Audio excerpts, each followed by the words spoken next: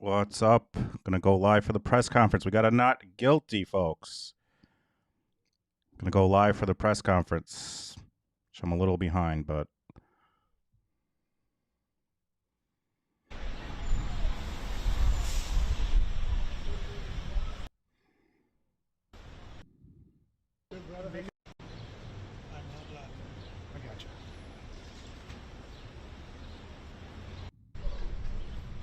and then I'll rewatch the testimony from today. Here we go.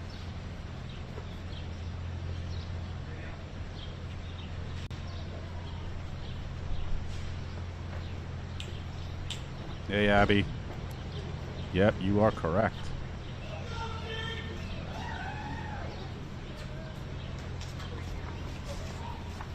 Oh, so he got the hell out of there. He's not there. I don't blame him. Got lunatics screaming. I'm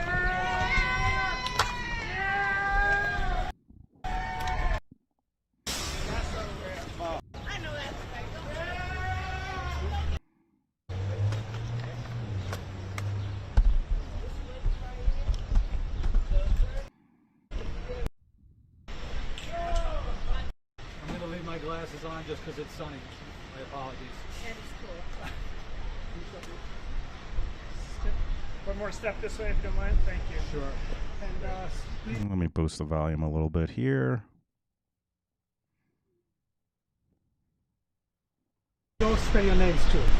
Sure. Mitchell Schuster, SCHUSTER from Meister, Seelig and Schuster. We're here with Sarah Silva and Andrew Kettlewell, who did an absolutely amazing job trying this case over the last They really 2 did. days. They really did. We want to thank the judge and the jury for running an efficient case and listening to all the evidence and coming to a just result. Domestic violence is a very, very serious issue in this country, and it's disconcerting when people use it as a sword and manufacture claims in an attempt to extract money. I believe the jury saw through that today, and we are very, very pleased with this result. I'm thankful for someone like Stefon Diggs, who insisted that he get his day in court so that his truth could be heard, and it was heard. No assault ever occurred, as Andrew said, both during his opening and his summation. People have to stop targeting professional athletes and trying to extract money. They have a target on their back, and it's hard enough doing what they do, and this has to stop. People should focus on real victims from domestic violence, and allegations like this do a tremendous disservice to those who are really afflicted and impacted Facts.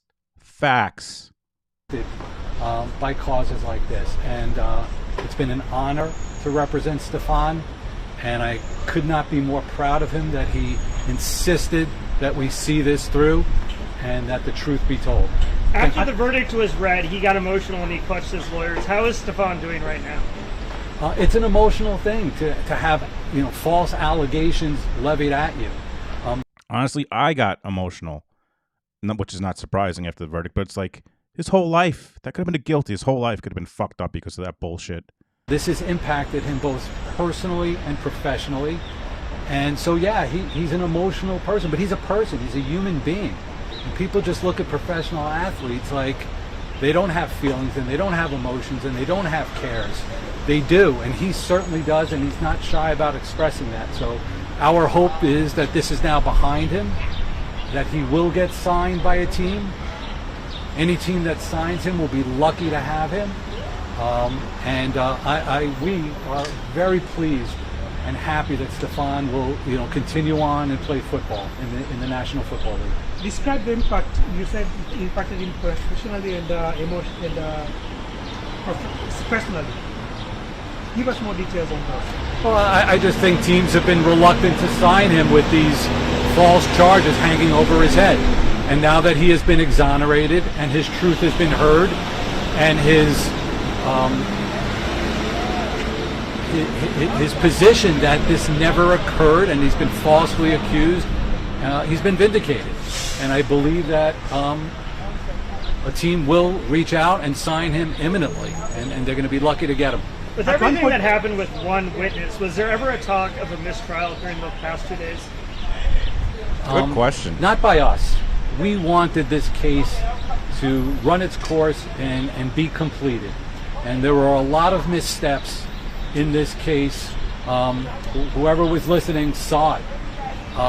But we, I believe, Sarah and Andrew and I, wanted this to see its end shortly. And so we persevered and we made sure that there was no mistrial and that the jury had an opportunity to opine and render a verdict, and they rendered a just verdict. Was there ever a consideration to settle this, especially early on when Never, the Patriots were never. Stefon was not going to settle this case. He was falsely accused, and he wanted everyone to know that. Why do you think prosecutors moved forward with the case? Good question. You'd be surprised if it reached trial, and yet here we are after a trial. I was surprised then. I was surprised yesterday. I'm still surprised. This case never should have been brought. Facts. It was a waste of resources. Straight facts. At one point during this case, were you certain that you've got this in the bag? And also, what were other surprises during this trial that really stood out for you? I think one of the surprises for me was Miss Adams' testimony and how she testified and what she testified about, what questions she couldn't answer or refused to answer. I think any experienced trial attorney will tell you there's never a sure thing, so nothing is ever in the bag. But we definitely felt very confident in our case. We spent a lot of time reviewing the evidence. We had great trial counsel. So we were always cautiously optimistic that this would be the result. And until a jury comes forward and announces not guilty, you're just never sure. But we were always very confident. And this was Steph's desire to be heard, to have the truth exposed. And we're very pleased. So thank you very much. All of us want to hear more from Stefon. Can you speak more to how he's feeling right now?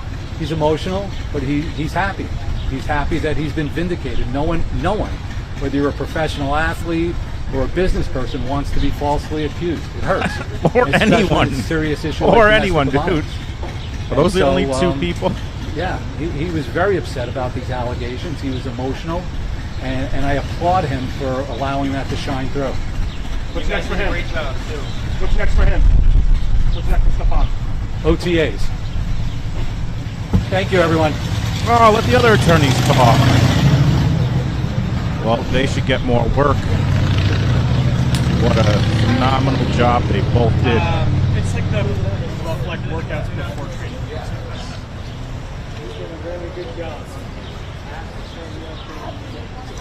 Look at these people. They're fans. No, I came back after. Going back to Wi-Fi. As in New York, I know I'm not supposed to say it. I love Boston. What, sir? I just heard you say it. As in New York, I know I'm not supposed to say it. I love Boston. Oh, you're in trouble, buddy. You're on tape now. We never admit that. He has no idea he's on camera. He is on. No, they're here. So they were my local counsel.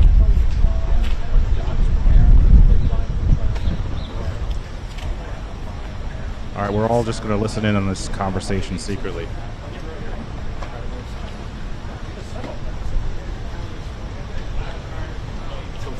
I missed first several questions because I was.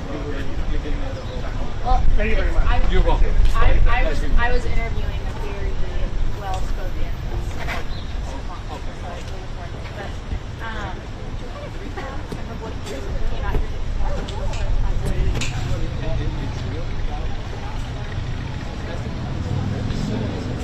I think he's on camera. So I'll go. If you guys missed it, let's go to the verdicts. They had a question which had me scared, but then we got the verdicts. Here we go.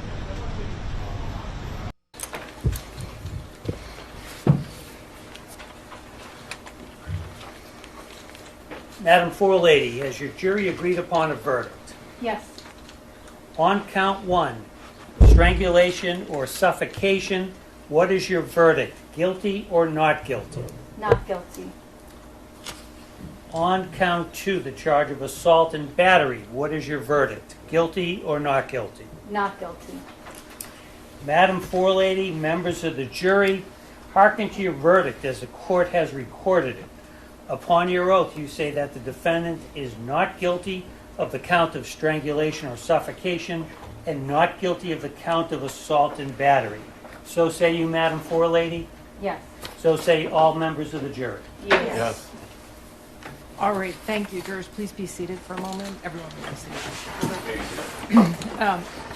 Jurors, I told you during this trial and in my instructions that the verdict was your responsibility and your responsibility alone. Jurors, I want to thank each of you for your careful attention and your service throughout this trial. This case has involved a heightened level of public attention. Despite that, you have remained focused on the evidence presented in this courtroom and the law as I instructed you. That is exactly what is required, and it is essential to the fair administration of justice.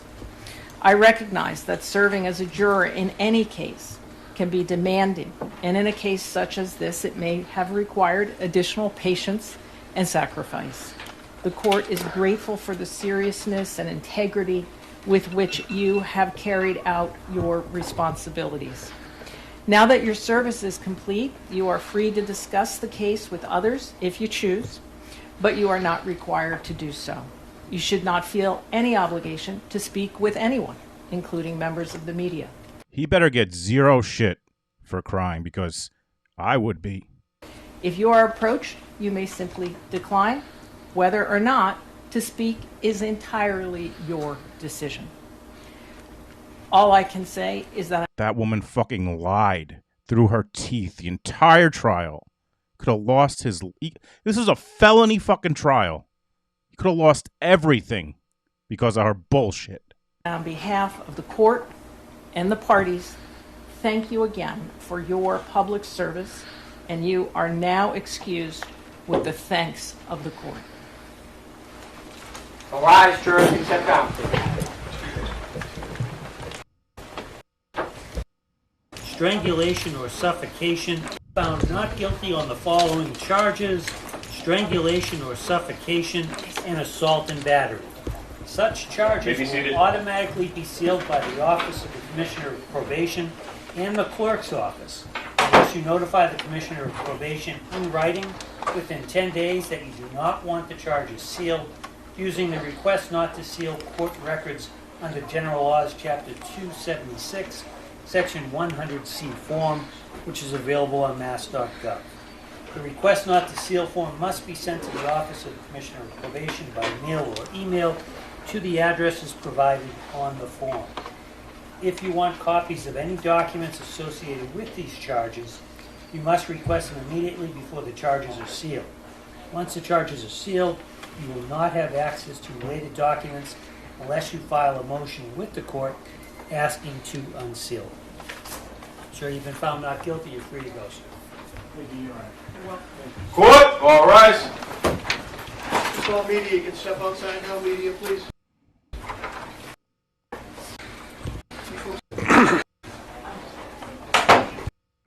Yeah, okay.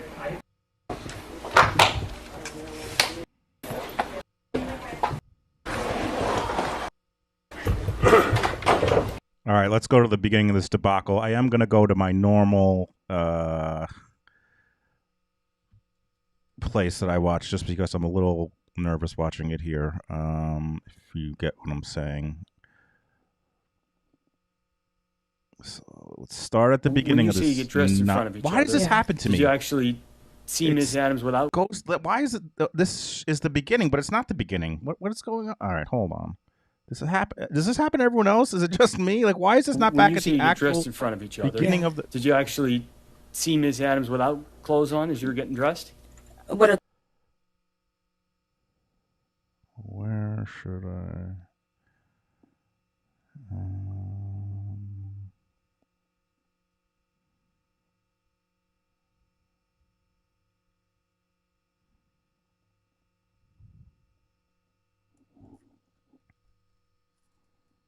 Deja, member for 2 years. And a mod. Thank you so much, Deja.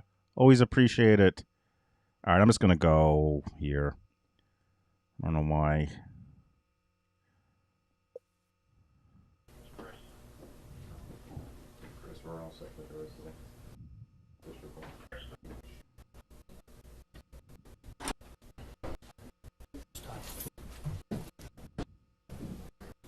Within it for the call, Mauve. Yes. Has any member of this has going oversight considered? Morning. And here comes this asshole. What a piece of shit. Morning. Just a reminder. Fuck her. Still under oath. Okay. And Ms. Adams, again, as of the same as yesterday, if you could do your best to keep your voice up, that is appreciated. Yes. Do your best not to be a fucking Can I idiot. proceed Oh, now? wait. Yes, thank you. I know I'm not going to say that because... Ms. Adams, on January 1st, 2026, you sent Steph's girlfriend a text message that later appeared on TMZ's website, correct?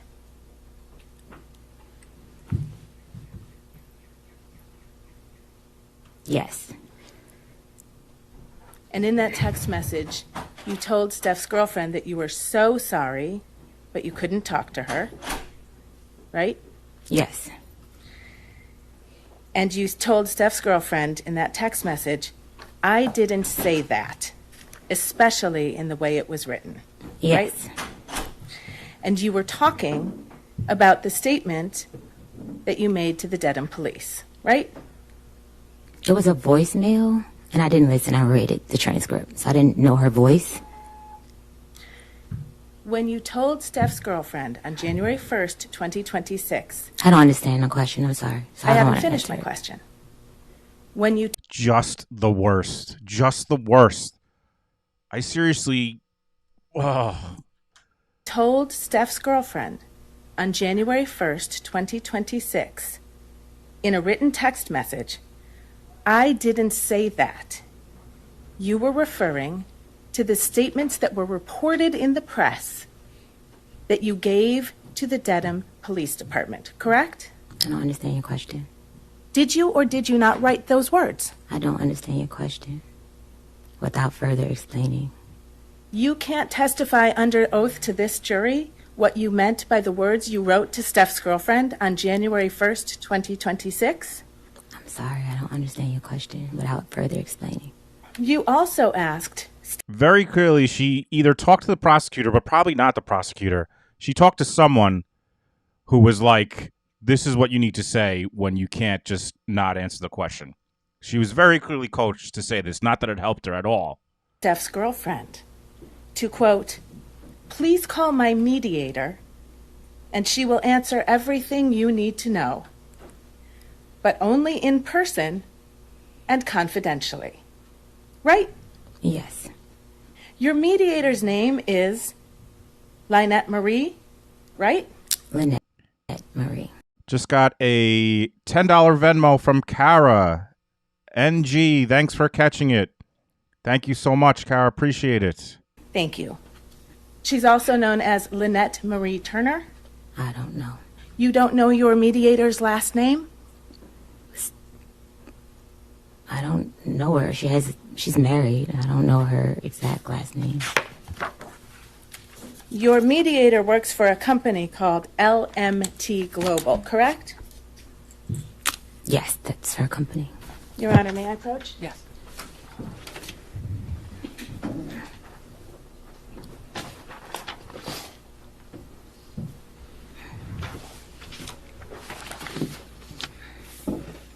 I'm showing you a corporate document from the state of Michigan.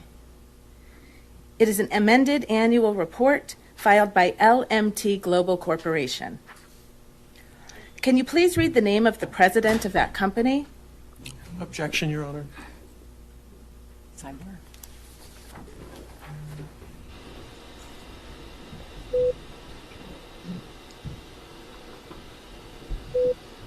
What are you smiling at? What are you smiling at, you dummy? Stop touching that. Who said you could touch that? Don't touch stuff. She's like a toddler. Who said you could touch that? Lynette Marie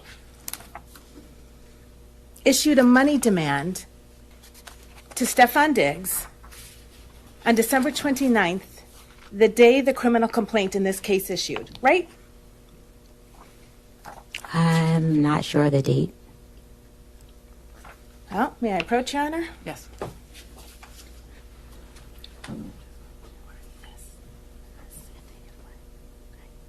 If she recognizes it. Do you recognize this email from L. Marie on December 29, 2025, to Stefon Diggs and a number of other people? No, I don't recognize it. You've never seen this money demand before? I seen the money demand after I was. That's it. I don't recognize the email. Testimony under oath is that your mediator made a money demand on December 29th for money for you from Mr. Diggs. Money for past wages. The same day the criminal complaint in this case issued, and you didn't see it? I can't answer that question. I'm sorry? I can't answer that question without explaining further. Can't answer that question under oath. Without explaining. Your mediator demanded $19,000 on that date, didn't she? For wages owed, yes.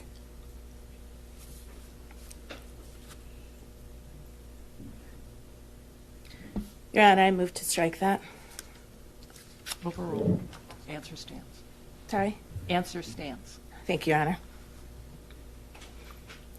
You've made another money demand in this case, haven't you?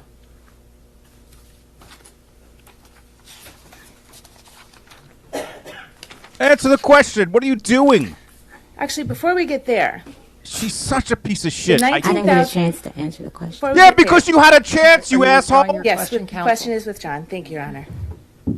Your stupid, goofy face After a money and grin. demand for Fuck you. $19,000. By the way, who the fuck is going to hire this idiot ever again to make fucking stale hot dogs, pigs in a blanket? Oh, just wait till we get to that, folks. Was provided to fucking Stefon wait. Diggs.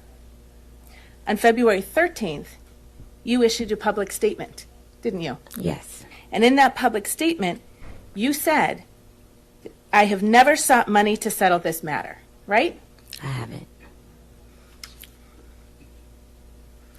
And by the middle of April, you had hired a lawyer to represent you, right? For workers' comp.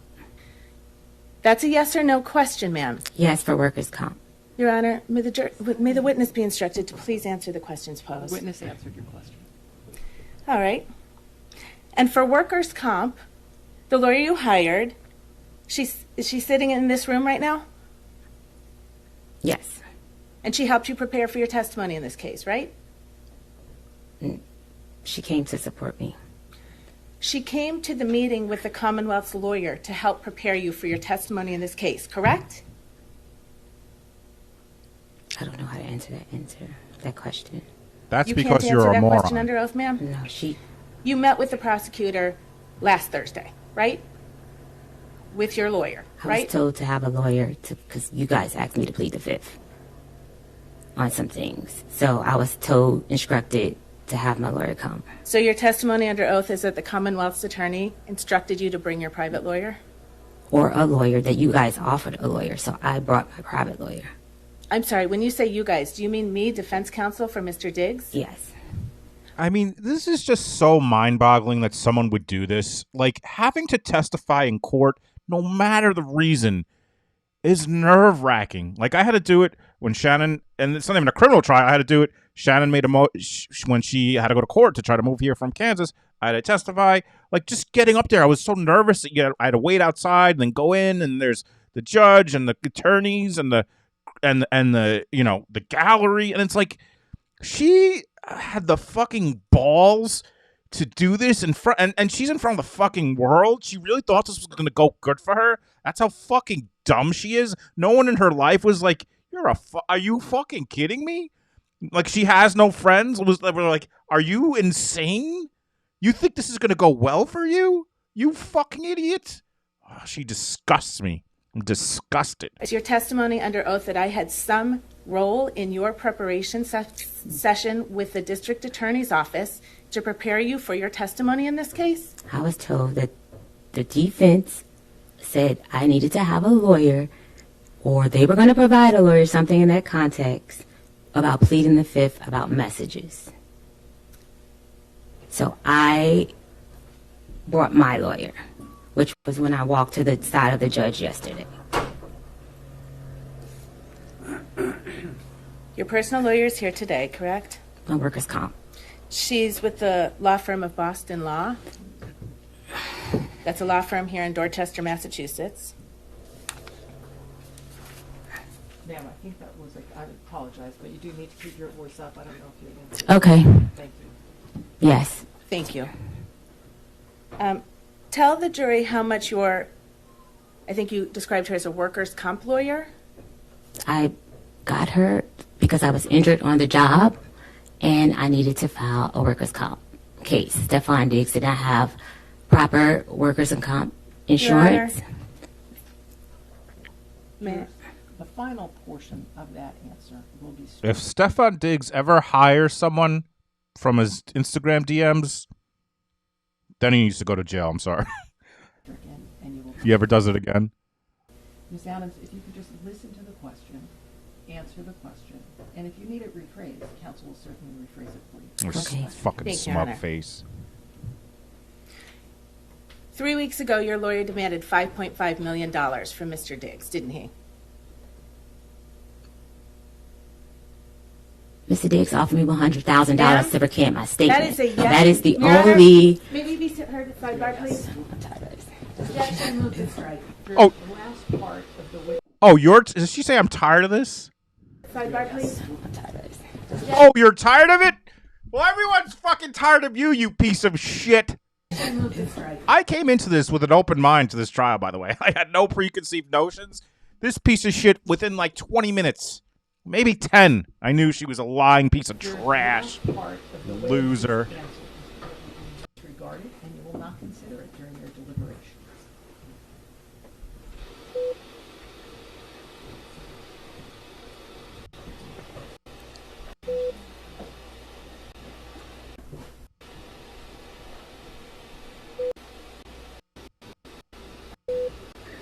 By the way, did anyone notice that the camera person, the pool camera person, kept trying to see what kind of watch he has, or kept trying to show his watch every time they went to him? They kept trying to zoom in on his watch, try to find out what kind of a Rolex it was, I feel like.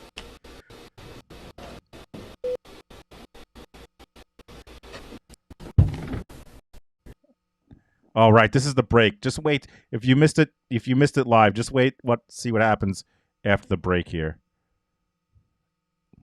This judge was done with this moron and her dumb turtleneck, her dumb eyebrows.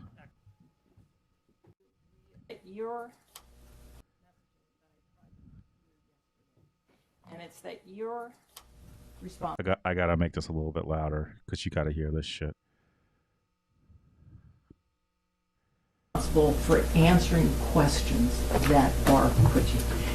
If you don't understand a question, you can say that, and I'm sure counsel will rephrase. If you can't hear a question, tell them that as well. But courtrooms function and especially trials, unfold in a question and answer format. This is not an opportunity for you to interject your own narrative and evade responding to questions the court deems appropriate. And if you continue to do so, your entire testimony may be stricken. Am I clear? Yes. That was totally like a teacher. Like, do you understand what I'm saying to you? We're gonna strike everything that you said because you're the first person, one of the first people we've ever seen in a trial that does not understand the concept of question and answer in a trial. You're one of the first people that can't grasp this concept. You can't. You're too stubborn. You think you run this place. I'm the judge.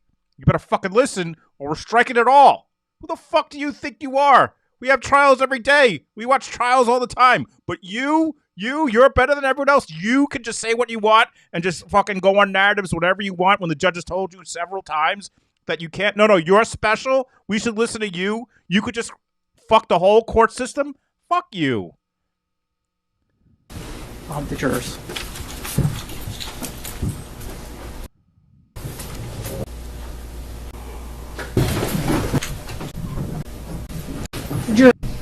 that was stricken from not any answer that I have stricken. Thank you, counsel.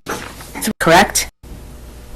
By the way, bold move when her sweaty ass was sweating yesterday to wear a turtleneck the next day. If I'm sweating in court, you better believe the next day I'm not wearing a fucking turtleneck.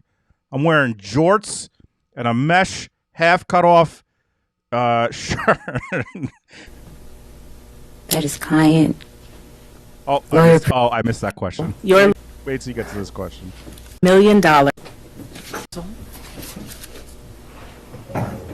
Ms. Adams, 3 weeks ago, your lawyer demanded $5.5 million from Stefon Diggs, correct?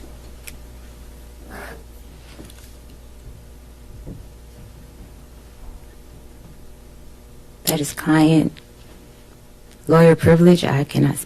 Client lawyer privilege? You're so dumb. You don't even know attorney-client privilege. Client lawyer privilege? You dumb dummy. You dummy. You dumb dummy. Speak on that. You believe that your lawyer's communications to Stefon Diggs are covered by your attorney-client privilege, ma'am? I can't answer that question. I don't know the answer to that question. You know that someone on your behalf has demanded $5.5 million from Stefon Diggs, don't you? I have a workers' comp claim, and Your Honor? I've explored all civil options. Ma'am, I don't understand. are the you question. able I'm to sorry. answer No. that question? No, I'm Counsel, not restate able the to. question, please. You know that someone on your behalf has demanded $5.5 million from Stefon Diggs. I mean, if this case wasn't already in the toilet, which it was, like I said, within 10 minutes of testifying, when the jury finds out that 3 weeks ago she filed a $5.5 million civil case over this, you better fucking believe that. They were like, are you kidding Do me? you know that, Miss Adams? No. I don't know. I'm sorry, I don't know how to answer the question. I don't understand. Fuck you. I have no further questions, Your Honor. Loser. Thank you. You loser. You piece of trash. Ruin a man's life because you're no longer getting Your Honor, before we do Pipe. can you be heard at sidebar? Of course. Thank you. because you couldn't go to Miami with Cardi B. Ruin a man's life. About to go to the Super Bowl. Not that it matters. Any person. Point that Good morning. yesterday, defense counsel showed you a form about that you filled out to the police, Yes. and they made a point that you the hand but not the forearm and elbow. May I approach? I really believe that this guy, like his boss, made him take this case. Like I don't think he. I kind of have a little empathy for this guy. Can you imagine having to deal with this? He's had to deal with this idiot since December. He did his best. Like he doesn't like. I don't blame him for this shit. I feel like it was not his call. In front of you, if you could just take a I look could be at that wrong, and but I would have to guess it was not this dude's look call. up that. I'm guessing this guy didn't want to get he knew he had to know this was a trash case. Yes. And I may direct the witness's attention. Could you read right here when it says the expected injury? Or Objection, Your Honor. Sustain. is there anywhere on that form where you do note the forearm and forearm being used to choke you? Objection. Yes. Sidebar.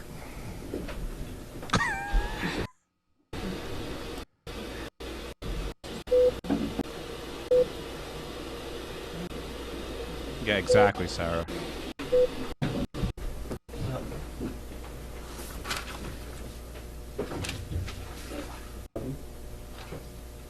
On cross, I believe there's some questions about the text messages leading up to the assault. Yes. And, do you have still a binder in front of you? Yes. Do you mind opening to section 3 and to the pages ending in 114?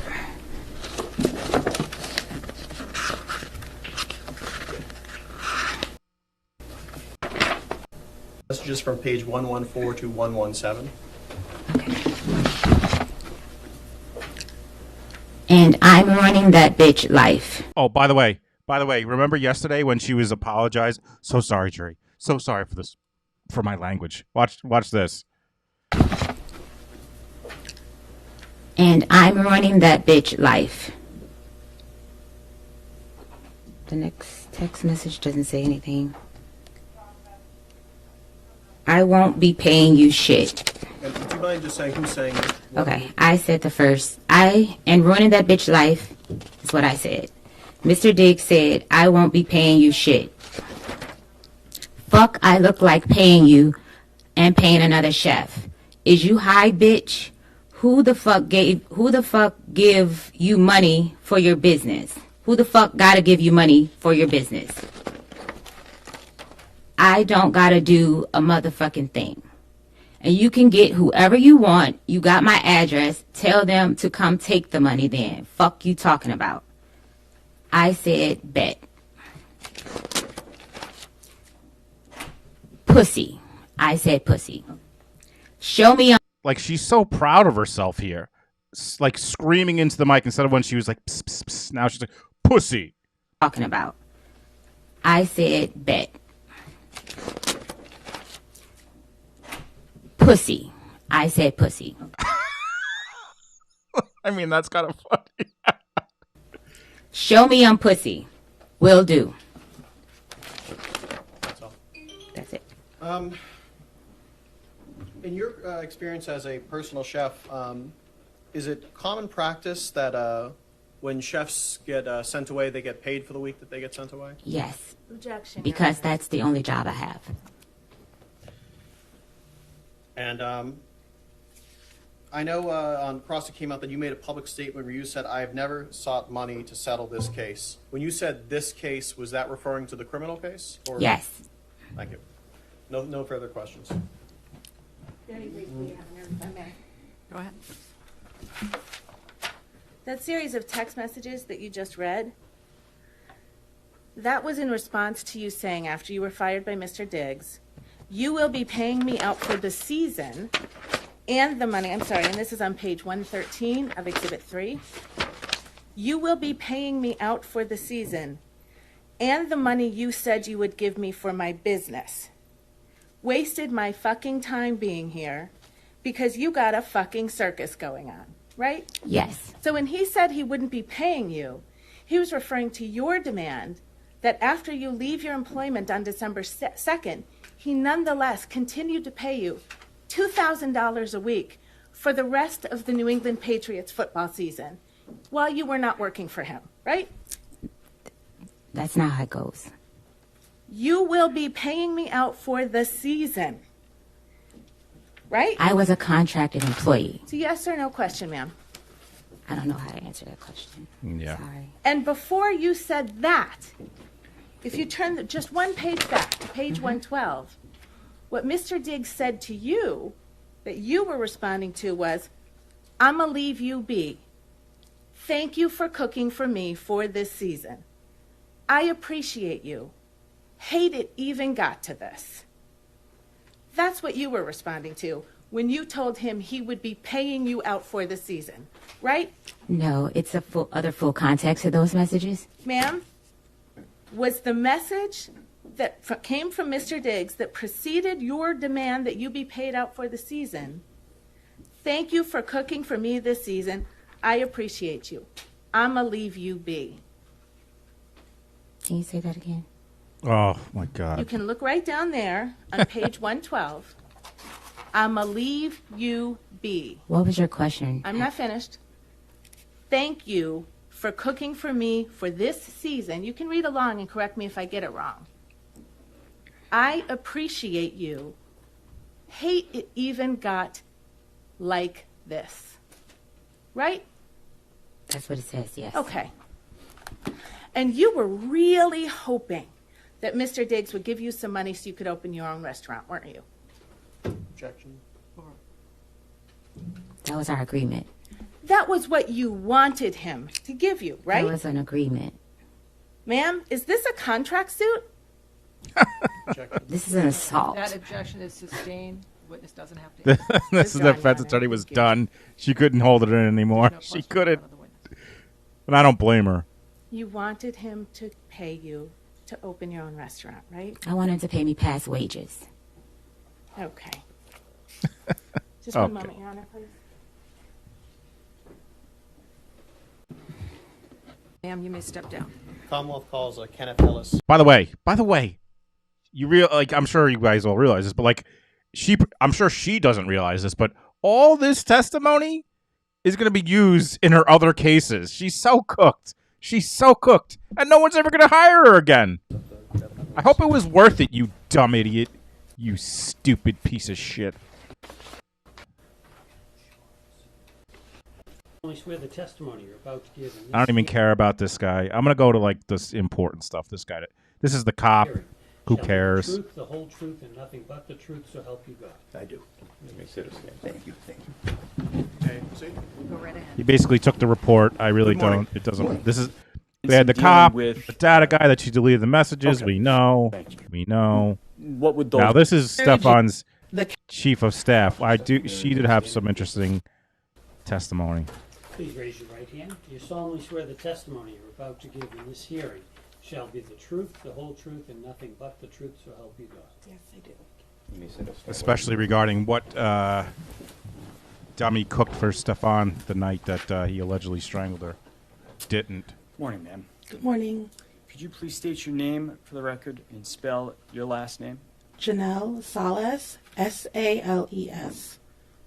Where are you from? Maryland. What do you do for a living, Miss Salas? I am the chief of staff to Mr. Diggs. You say Mr. Diggs. Is that Stefon Diggs? Correct. How long have you been Mr. Diggs' chief of staff? Since July 2023. What are your responsibilities? What do you do day to day as his chief of staff? I manage all the moving parts. Don't. I mean, I don't have to tell you guys, but I just hid that person. Don't try to come in here and be fucking racist. That person will never be on this channel again because they're hidden. Don't fucking come on here and be fucking racist. Just don't do it. It also varies between during the season or off season, calendar management, vendor management, and I'm pretty much the liaison between his marketing and talent agency. If I need to speak to finance, anything that comes up with his agent, anything personal, family related. Sounds like quite a bit there. Okay. You said it varies by whether it's in the off season or the season. What does that mean? So during the season, the calendar is pretty much structured for about 20 weeks, depending how long it goes, from camp all the way until the end of the season. So there's a strict schedule day to day, pretty much from 7 to 6 p.m. And then off season. By the way, you know her job. Chief of Staff Stefon Diggs has got to be a tough job when he's hiring people from Instagram DMs. You know she's got a tough job. I would. It varies between training, traveling, and other business commitments. Okay. And so you've been saying season and off season. Fair to say Mr. Diggs is a professional football player? Correct. All right. And so that would be the football season? Correct. You said that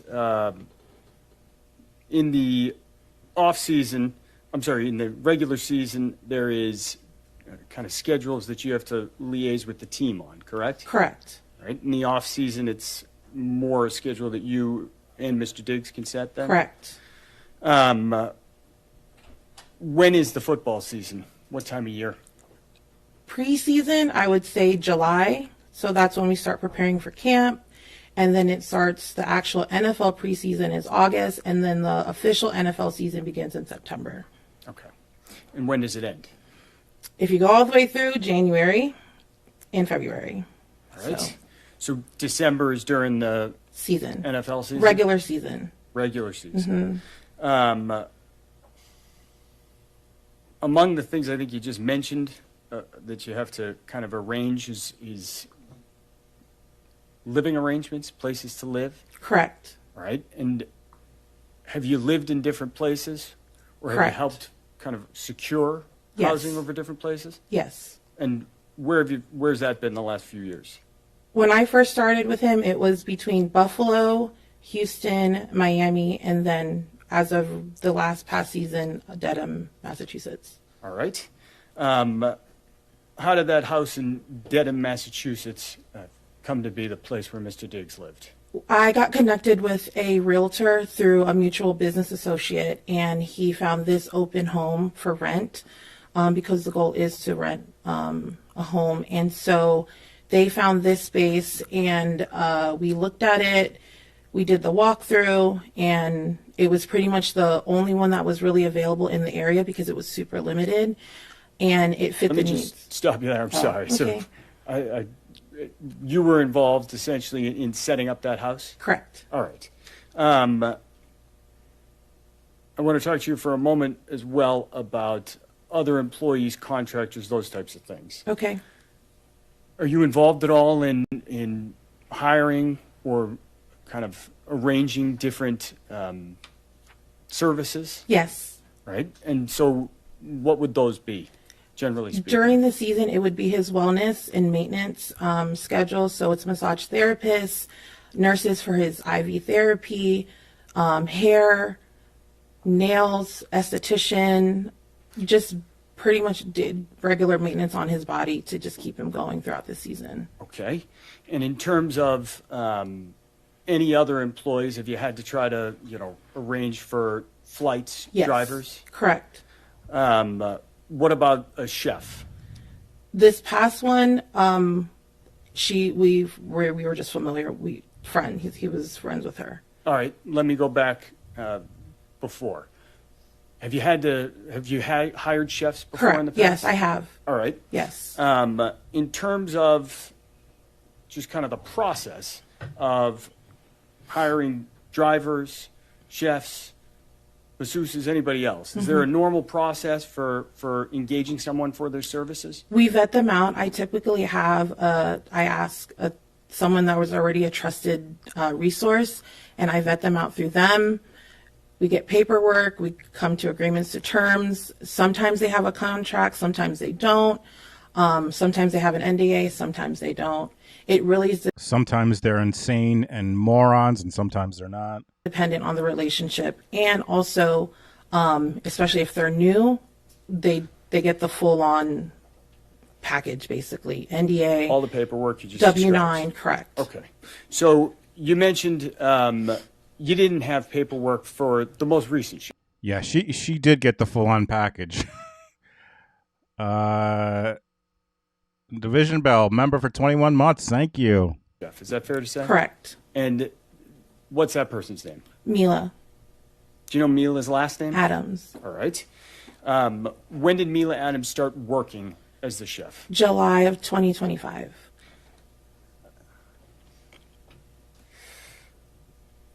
Where did she work?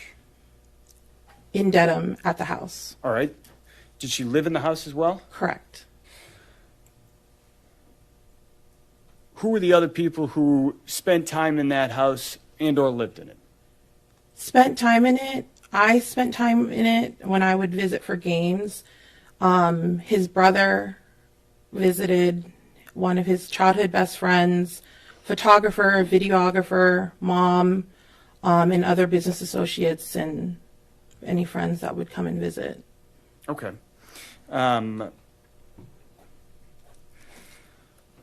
Were there kind of permanent or assigned bedrooms in that house? There was a general understanding of whose room, who stayed in which room, and pretty much if you got there, it's like first come, first serve.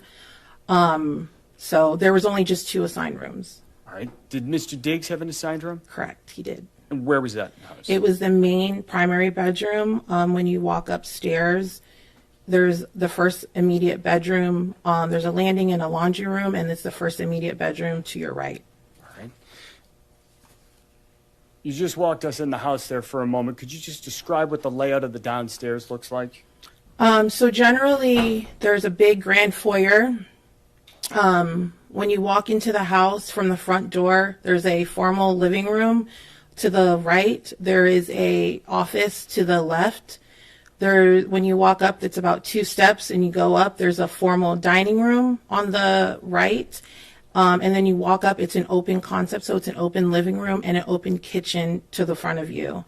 To the left of that is the stairs going upstairs to the I kind of wish they had pictures just so I could see what this looked like.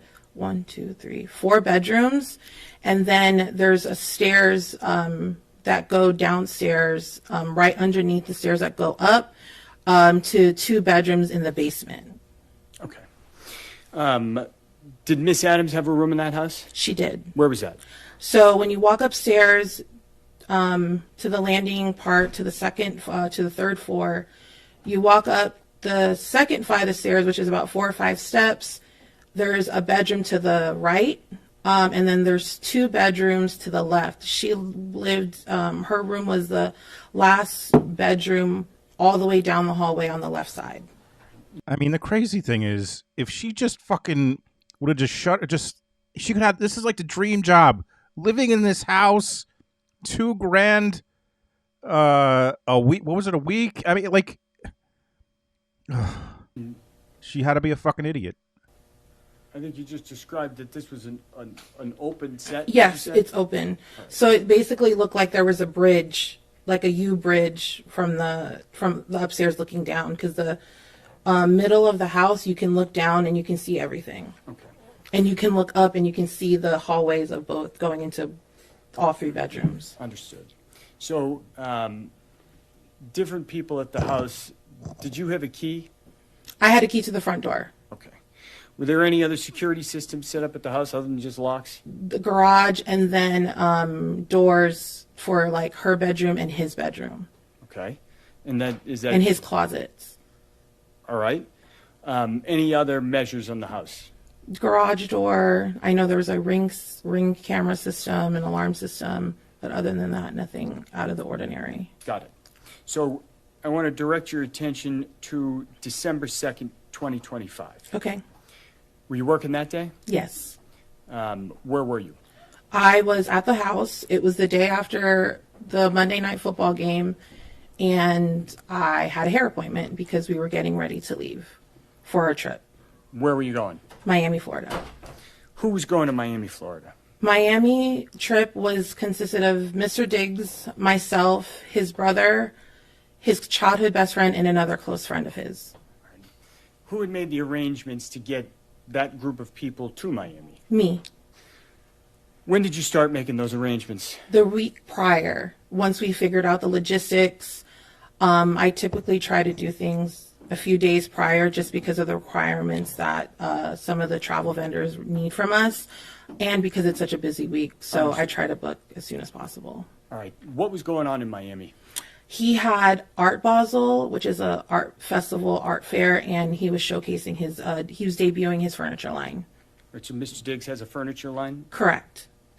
That week, was he not working? Was he missing a game? What was happening? So Monday night, he had the Monday night football game, and it was going into his bye week. What's a bye week? Bye week is pretty much the 1 week that the NFL gives to players where they're pretty much off. They just have to report back on the scheduled day that it's typically like 4 or 5 days off, no meetings. They can go on vacation. They come back that Monday. All right. Regular scheduled programming. And the plan was to go to the Art Basel, is what it was Correct. called? Correct, yes. In Miami during the bye week? Yes. Anything else going on in Miami? We were also celebrating his birthday, What day is his birthday? November 29th. Right. So his birthday had already come and gone, correct? Yes. All right. And was there a birthday party that week? There were, at his house or in Miami? In Miami, I mean. In Miami, correct, there was. You mentioned that there was a game the night before. What time's a Monday night game start, if you know? 8 o'clock. 8 o'clock p.m.? Mm-hmm. So you know when it ends? Probably midnight, and we probably didn't get out of there until like 2 a.m., Got it. maybe 1 a.m., 2 a.m. So that morning you said you were getting a hair appointment? Mm-hmm. Where was that? It was at the Dry Bar in Chestnut Hill, and my appointment was at 10 a.m. How did you get there? I drove. Do you have a car? No, Whose car did you drive? I drove Mr. Diggs' car. Got it. And how long did that take you to get to the hair appointment, if you remember? About 30, 35 minutes because of traffic and the weather. You mentioned that there was a Ring video system. Mm-hmm. I'm going to ask you to take a look at a video that is on. I'm going to kind of go through this quick, get to the good Exhibit. stuff. I mean, they do show the Porsche that she gets to drive, which is kind of cool, but otherwise, I don't really care about her hair appointment. There That's she a goes. Back. I was What? Please.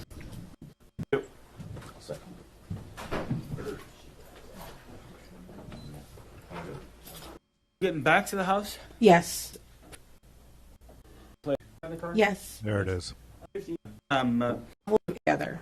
Okay. So change of planes and airport regarding the change of airports, change of planes, and trying to just get everybody together Okay. to be ready to leave by the end of the night. So you were working. Correct. And was there an area where you worked in the house? In the kitchen, in the small little dining table, like in between the kitchen and the living room. Okay.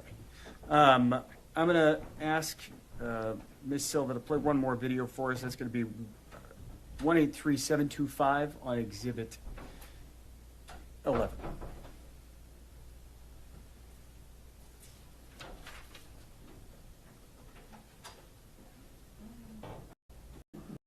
Here, It's the Maybach. looks like it says 50, Yes. 40 p.m. Yes. Is that consistent with your recollection of when you Yes. got home? Yes. You said you were working that afternoon. Do you know where Mr. Diggs went in the house? He likely went to say hi to his brothers and then went straight upstairs to take a nap because it's the day after a game. Objection. Okay. Where were you sitting? I was probably walking around the house, either the kitchen, probably going up and down, up and down to the basement because I was probably doing laundry, just running around the house. Objection. Sustained. That response is stricken from the record. Jurors will disregard. So let me ask you, you mentioned that you remembered doing something with flights and getting to the airport. Correct. What is that? What do you mean? So, because one of the airports that we usually travel frequently at, the Norwood Airport, there's limitations on the planes, and especially if the weather is bad, they typically recommend that we fly into another airport, which was Bedford. Bedford, Massachusetts? Correct. So is that to say the weather was not great? Correct. December 2nd? Correct. That day, Mm-hmm. when you're making these phone calls, sending emails, doing whatever work you're doing to coordinate, you said you were downstairs. Mm-hmm. Did you see anybody else walking around downstairs during that afternoon? Mila was there, his brother was there, and his childhood best friend, and another friend was also arriving in, who had flown in to go to Miami with us. Okay. You said Mila was there. Did you see her that afternoon? Yes. What did she look like? She looked like she was going to work out. She had workout clothes on. She complimented on my hair. Just regular, just walking around the kitchen, probably around the house. Nothing out Probably of the being a usual. moron. Okay. That afternoon, did you? Is that the only time you saw Miss Adams? You see her again as the day Towards went the on? in the evening, closer to the evening. So after dark. Yes, it was because it was getting dark at like 3:00 at that time. So by like 3:30, 4:00, maybe closer to 4:30, it was like dark. Okay. And so sometime after that, you think you saw Miss Adams again? Yes, because I was sitting in By the way, welcome to the Northeast. For anyone who's surprised by that, it's so fucking. It gets so dark so early in the winters here. the kitchen, and she had asked me if I purchased her flight. The flight, was that a flight to Atlanta? Correct. And when you spoke to her that afternoon in the kitchen, did you observe anything on her face? No. Anything on her neck? No. Did you see any redness or swelling? No. Was she crying at all? No. What was she doing? She was walking around looking for a piece of a paper and a pen to write a card, I guess, write a note to him for his birthday gift. As one does after they get strangled and beat up and pee themselves. When you say to him, is that to Mr. Diggs? Correct. And that's that November 29th birthday you just referenced? Yes. That afternoon, was there anything on Mr. Diggs' schedule? He had ozone therapy and massage. So is that a nurse who comes and does fluids? Yes. And a massage, you said? He has a massage therapist. What time were those appointments? I believe I told them both to come at 5. Do you remember if those individuals actually appeared at the house? Yes. Did they? I believe so. That afternoon, you said you purchased a flight for Mila Adams to Atlanta? Yes. Did you arrange to get her to the airport? Yes. What time did that happen? Probably in the 7 o'clock hour, because you have to be there an hour before checking in your bag, and it took about 45 minutes to get to the airport, so probably between 7 to 7:30. You think about 7:30? Yeah. And so, did she leave the house around 7:30? She should have left around before 7:30 to get to the airport on time, if she was checking in a bag. And you saw her prior to that, Yes. correct? Yes. So is it the encounter you had in the kitchen? Yes. With the pen and the card, I think you mentioned? Yeah, she was running to go to his room to put it on, I guess, his gifts that she was giving him. Did you end up speaking to Mr. Diggs later that evening? Yes. And did you see any of those, the card or the presents that you Yes, there were 2 boxes on his bed from Chanel. One he had opened up and he put on after his massage, and we were getting ready to leave. I told him, we got to pack, we got to go, we got to make this flight. He put the beanie on. There was another box that was unopened, and then there was a green Post-it with whatever note she had on it telling for his birthday. All right. Prior to, speaking of Mr. Diggs, prior to arranging for Yes. Miss Adams' Uber, did you hear anything that afternoon? No. Any screams? No. Slam doors? No. Anything out of the ordinary? No. Do you know if Miss Adams cooked dinner that night? It was like a hot dog. It was like and there was like. That's right. For everyone wondering what Mila, the super chef, if you're wondering what she cooked for dinner, a fucking hot dog, folks.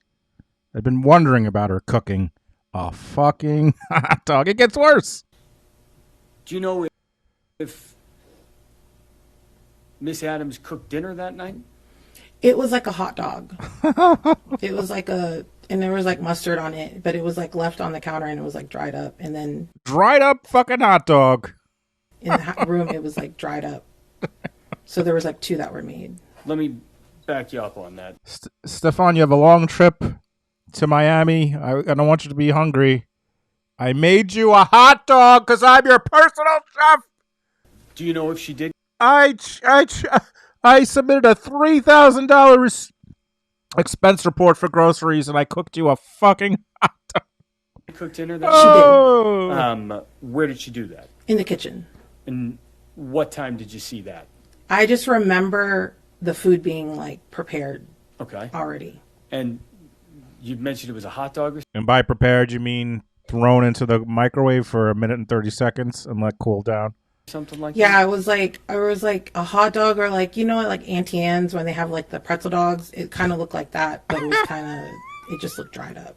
Dried up. She made him a dried up pigs in a blanket. Okay. Oh, God.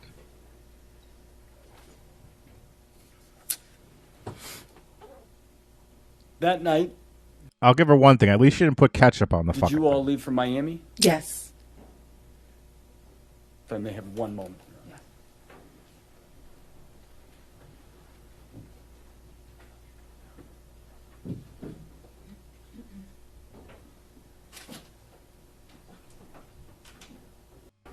I think you said Miss Adams complimented your hair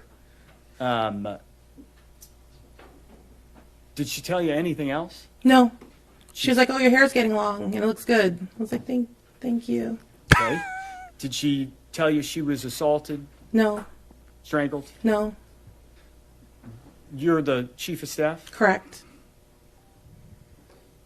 By the way, can you just imagine her, this chief of staff, and all the other people who surround Stefon when they found out about this lawsuit? They must have been like, "Are you fucking kidding me?" I bet you they didn't like her already. So I have no further questions. Thank you. Good morning. redirect for every witness was like 2 sentences. And is it Sunny? Yes, that's my nickname. And that's is that SUNNYNIE? Is it SUNNY Good thing you cleared that up. and then SUNNI. Okay, so both ways? Right? Yes. Okay. So right now you are the chief of staff, is that right? Correct. And how long have you been Mr. Diggs' chief of staff? Since July 2023. And prior to that, what was your position?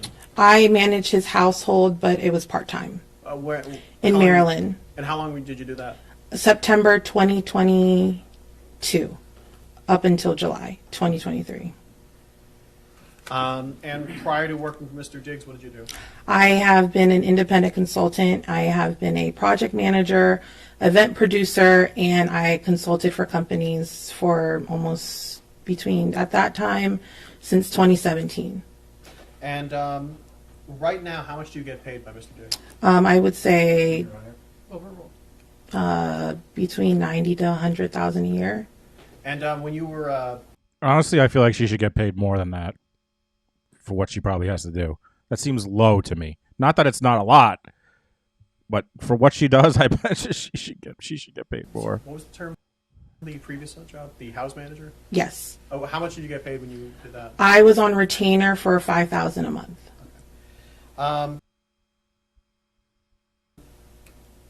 And you mentioned you went to Art Basel? Correct. And how long was that? That was from, we got there Tuesday evening up until the events were all the way through the weekend that Sunday. And what kind of events were there? There was the showcase of his furniture line, his birthday party, just, showcasing his new furniture line. But and you went to these events? Yes. Did you have to pay for any of these events? No. Like physically? Like my own money? Yeah. No. By the way, a quick Google search says, as of May 2026, Stefon Diggs has an accumulated estimated career NFL earnings of over $157 million. Give this woman a raise. And every person who testified better have got a nice little gift. And did you have food there? Yes. Did you have to pay for your food? Not with my own money. So. With my company card. Okay. So, yes. Thank you. You mentioned driving one of his cars. What car was that? It was his Porsche. Is it a nice car? Yes. How often do you drive that one?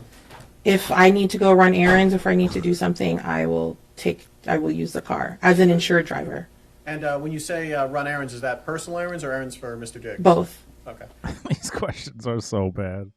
How often do you go on trips with the staff? As needed, specifically for business trips, more so. Okay. On December 2nd, you were at least at some point in the house, right? Correct. And you saw Ms. Adams? Yes. So she was there in the house? Yes. And you saw Mr. Diggs? Yes. So he was there in the house? Yes. Did you? Was there any time that day where were you following Mr. Diggs the whole time? No. Were you following Ms. Adams the whole time? No. So there a time when both of them were outside of your range of being able to see? Yes. Have you been to Miss Adams' room before? Not all the way inside, but I knew which room she was in. So you had not been inside that room before? Not when she occupied it, but when we did the walkthrough, I was. Okay, so when you were first looking at the house? Yes. But that day you were not in that room? No. Okay, so whatever could have happened in that room, you were unaware of anything that could have happened in that room? Correct. Your Honor. Sustained in that form.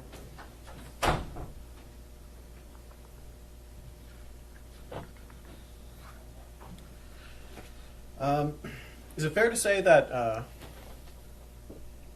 you have a financial interest in Mr. Diggs doing well? What does that mean? If he does well, do you do well? I think we collectively do well. Do you? Even outside of financially. Is he a good boss? Yes, he's great. Do you want to continue working for him? Yes. Nothing further. Yeah. Get the jury to believe that. That's why she's testifying like this. Good try. Obviously didn't work.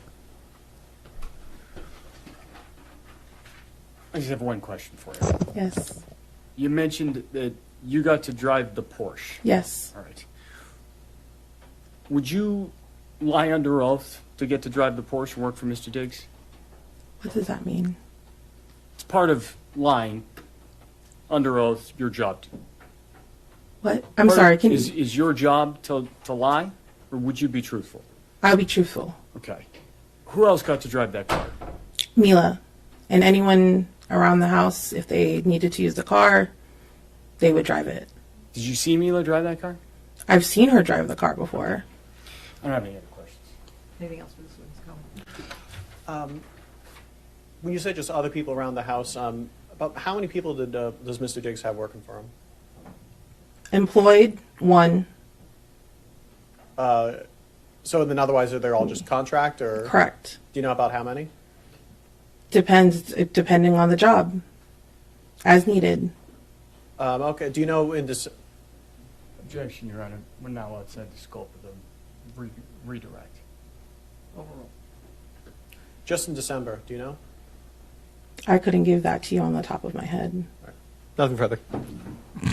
Thank you. Is a nurse for the drip bar. Provide like wellness services, hydration. All right. I don't. Her testimony was kind of don't care. All right. We'll go to the massage therapist, masseuse. I don't know what you call it. State your name and spell your last name for the record, please. My first name is Stephanie. My last name is Anastasi, Anastassi. And do you live in Massachusetts, Ms. Anastasi? I currently live in Rhode Island. Where do you work? I work in Massachusetts. And what do you do for a living? I'm a massage therapist. Massage therapist. Okay, that's right. Are you employed in that work? Yes. Who do you work for? The Right Touch Day Spa in Attleboro, Mass. All right. And you provide massage therapy treatment to clients? Is that Yes. right? And as part of your work, do you need to visit clients in their home? I do that separately on my own, on the side. I see.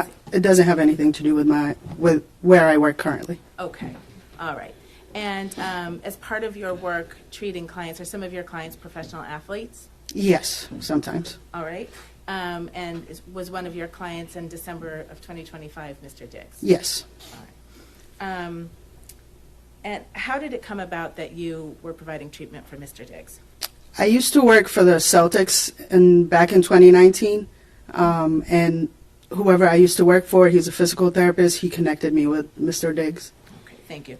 And Name names. Who massage was the therapy Celtic? for Mr. Diggs at his home? Correct. About how often per week would you do that? Twice a week. All right. And where in the home would you provide that treatment? Sometimes it was in the living room area, and sometimes it was in his bedroom. Did you need any special equipment to provide your treatment? He provided that. I do need some special equipment, yes. I see.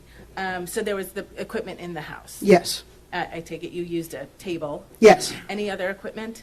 No, just a massage table, and I would use my cups, which is for cupping. I see. Okay. Thank you. How long did a typical treatment take? Between a 90-minute to 2 hours. And did you give Mr. Diggs a treatment on December 2nd, 2025? Yes, I did. Do you remember approximately when you arrived at his home for that treatment? It was between 5:45 and 6 o'clock in the evening. Okay. And how did you get into the house? I rang the doorbell, and Sonny opened the door for me. Okay, thank you. And what happened next? Then I asked Sonny where he was or where he would like his massage at. She told me he was in his room, and that's where he would like his massage. So I went and grabbed the massage table. It was in like a computer room. And I brought her upstairs, and he was laying in his bed, and I started setting up the table. All right. And was Mr. Diggs, do you remember what he was doing when you walked in, other than laying in his bed? I think he was falling asleep a little bit, but I wasn't sure. It was just laying down. Okay. So I take it you began the treatment? So I set up, I grabbed the blankets and stuff, and then he fell asleep. So I texted Sunny, and I was like, hey, can I wake him up? And she said yes. So I ended up waking him up, and then he got on the table. Okay. And about how long was the treatment that day, if you can recall? It was between 90 minutes to 2 hours usually. It was more towards the 2 hours than the 90 minutes. All right. And did anyone come into that while you were performing that treatment in that 90-minute to 2 hour window? Yes. Mila Adams came in the room at the time. Okay. And how did you know Mila Adams? I seen her in the house. I've seen her multiple times in the house. Okay. Have you ever spoken to her? Yes, we've had conversation. Okay. So while you're performing the treatment, can you just explain to the jury what you saw? Yes, so I was working on his right side leg, and because the door is in front of me, and I can see whoever was walking in. She was walking in. She saw that he was asleep, left, and kind of came back at a later time.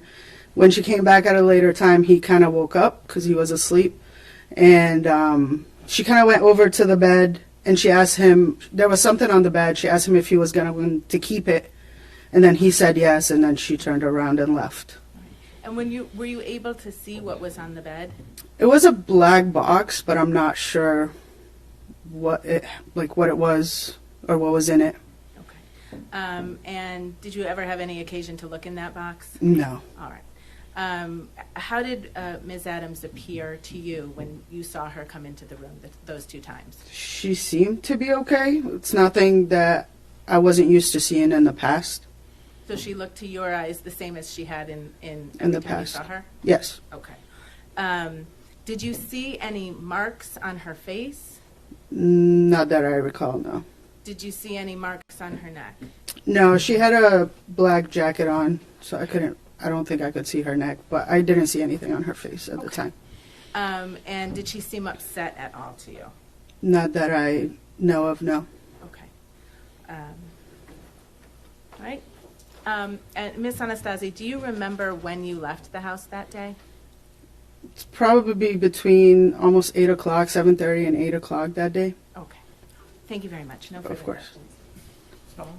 questions. Okay, this part is hilarious. This prosecutor. Good afternoon, Miss Anastasi. Oh, sorry, good morning still, actually, Miss Anastasi. Hello. You said you had previously worked at the Celtics. It's at the end of his cross. And is it like kind of word of mouth that you got a job working for Mr. Diggs? Yes. In your line of work, how important is word of mouth in order to find new clients? It's very important. And outside of just actual, I guess, technique and skill, is discretion and care of how you, because you're working with some high-profile people, is that also an important aspect to have? I don't understand the question. I'm gonna go bring back. Let's start with that question again. It's maybe the worst question that's ever been asked. Discretion and care of how you, because you're working with some high-profile people, is that also an important aspect to have? I don't understand the question. I'll withdraw it. Nothing further. He's like, I don't get it either. I withdraw it. I withdraw. It was a bad question. No further questions. I got nothing, Your Honor. Can we just say she's not guilty and go home? All right. He's not guilty. You may step down.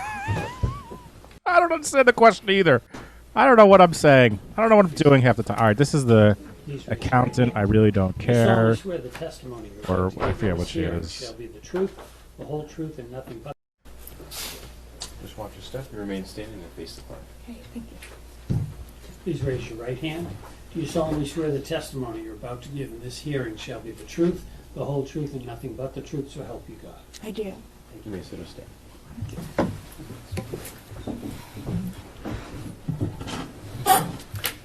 Good afternoon, ma'am. Could you please state your name for the record and spell your first and your last name? My name is Shai Charles. It's spelled Xiacharles. What do you do for a living, ma'am? I own a hair salon and I braid hair, natural hair. And where do you live? I live in Brooklyn, New York. Brooklyn. You said you own a salon. Do you have an actual physical location? Yeah, I And do. is that down in the New York City area as well? Yes, it's in Crown Heights. How many clients do you have roughly? Too many to count. I have lots of clients. Okay. Is one of them Stefon Diggs? Yes, it is. How do you know Mr. Diggs? I started doing his hair when he played for the Buffalo Bills. Do you know how many years ago that was? I'm not good with dates, but whenever he last played for the Buffalo Bills. When you actually do Mr. Diggs's hair, how long does that process actually take? I'd estimate probably about 3 to 5 hours, anywhere between that. Yeah. And where have you done Mr. Diggs's hair? At his house. He travels a lot for work, so wherever he needs me to do his hair, I go. Is that true of other clients you have as well? Yeah.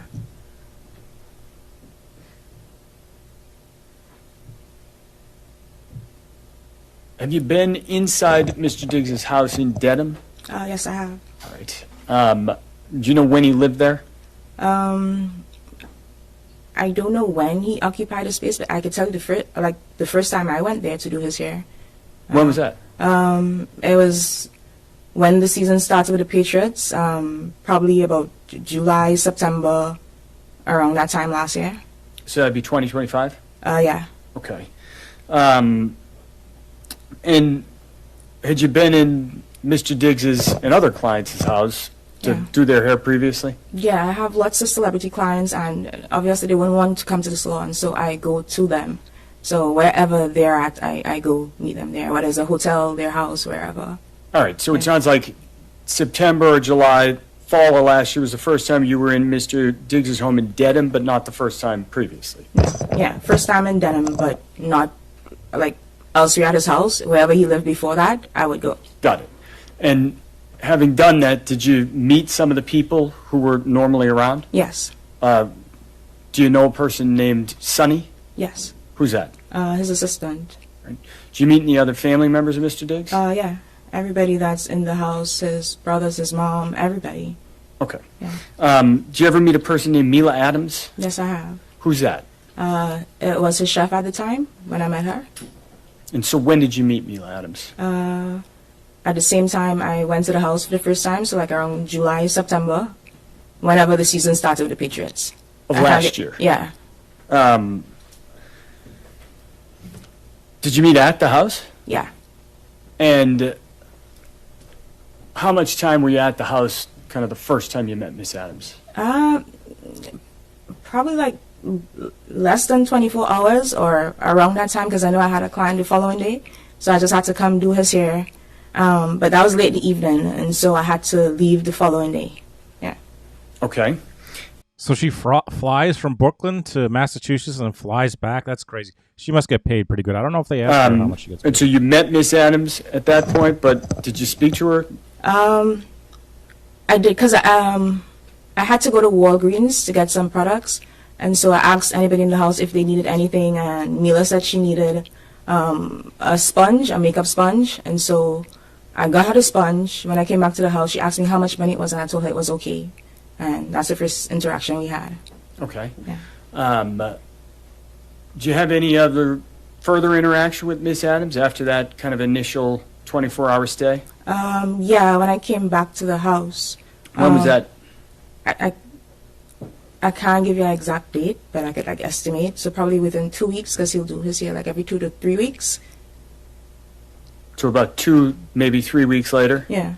You went back to the house in Dedham? Yeah. Was Miss Adams at the house in Dedham at that point? Yeah. And so, did you speak more to her when you went back the second time? Yeah. So, can we go back? Because even after, because I don't know. No, I'm sorry. Just okay. I apologize, Yeah. Miss Charles. But Yeah. did you speak to Miss Adams again that second time you Yeah, went back I to did. the house? Yeah, we spoke more. Yeah. All right. How much time did you spend with her that second time? More time, like a longer time, because we were talking about food, and she wanted to come to New York to start her restaurant. And I'm a business owner, and we connected on the fact that she was a business owner. And I have like a big social media following, and I told her that she needed to do content. And I wanted to help her with her content so she could start her business. So we connected on that. Did you end up helping her Yeah. with content? Yeah. Did you two stay in touch? Yeah. How long were you around at the house in Dedham that second time? I can't tell you how long, honestly. I would stay longer if it had a game and we would go to the game together. But for however, because most times she would be like the only female there and Sunny will come and go. And so I spent more time with her. Okay. Yeah. Kind of following that time you spent together where you said you connected over being business owners, Yeah. did you two remain in contact? Yeah. And how did you do that? We'll text, we'll send Instagram reels, we'll FaceTime. So you guys exchanged phone numbers? Yeah. How much did you talk, you think, in the following weeks and months that fall? A lot, because a lot. We talk about business, we'll gossip, we girls, so yeah. Crazy. And then when stupid Mila was on the stand, she's like, "We're associates. We're not even friends." She just burned all her fucking bridges. Any friends she had. Moron.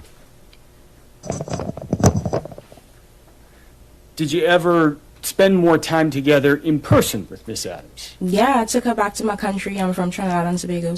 So I took her to Tobago. She spent time with my family, with my grandmother. Took her to her country with her family. What a fucking scum.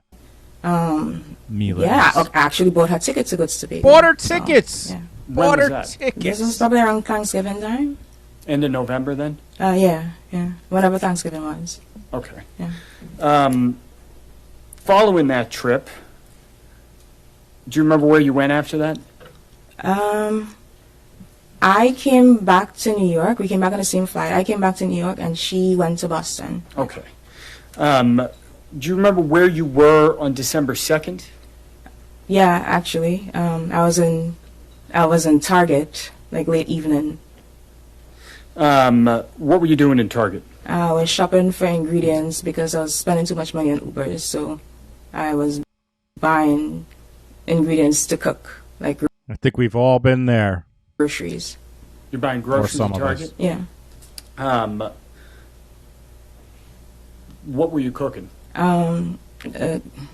So I wanted to make this like Cajun pasta with shrimp and like sausage. Mila had made it at the house, and it was healthy. And so I wanted to cook that because I didn't want to buy Uber Eats. I didn't want to spend money on Uber Eats, and I just wanted to be healthier and cook. And so I wanted to make it like her. So I was going through the aisles and like picking up stuff and calling Mila or message. Like I texted her a picture and asked her if it was this one, but she wasn't responding quick enough, so I FaceTime her. All right, so let me break that down there for a minute. You're in Target. You're trying to purchase ingredients Yeah. for a dinner that you had seen Mila cook? Yeah. You said at the house. Is that at the Dedham house? Yeah. All right. Did you say you were looking for, what was the ingredient you were looking for? Like shrimp, but so she makes matcha as well. So I was trying to find out like what matcha to get. That specific one from tea dealers. Shrimp,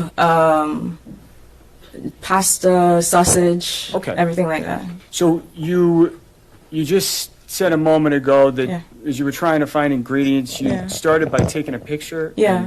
and sending it Yeah. to Mila? Yeah. Do you remember what time that was at? It was before 6 p.m. for sure because I remember leaving my cart in Target to go pick up some dry cleaning for my boyfriend because I had to get it before it closed. So I actually left Target and came back to Target. So it was before 6 p.m. Okay. Yeah. What about a specific time? Do you remember exact times? So the dry cleaners was in Bronxville, Target was at Gateway. So I got there probably minutes to 6. So probably like the end, like ending at 4 or 5 p.m. somewhere there. Okay. Yeah. You mentioned a text message or a photograph of an ingredient you sent. Yeah. Was there any record of that? Yeah, I took a picture and sent it to her. All right.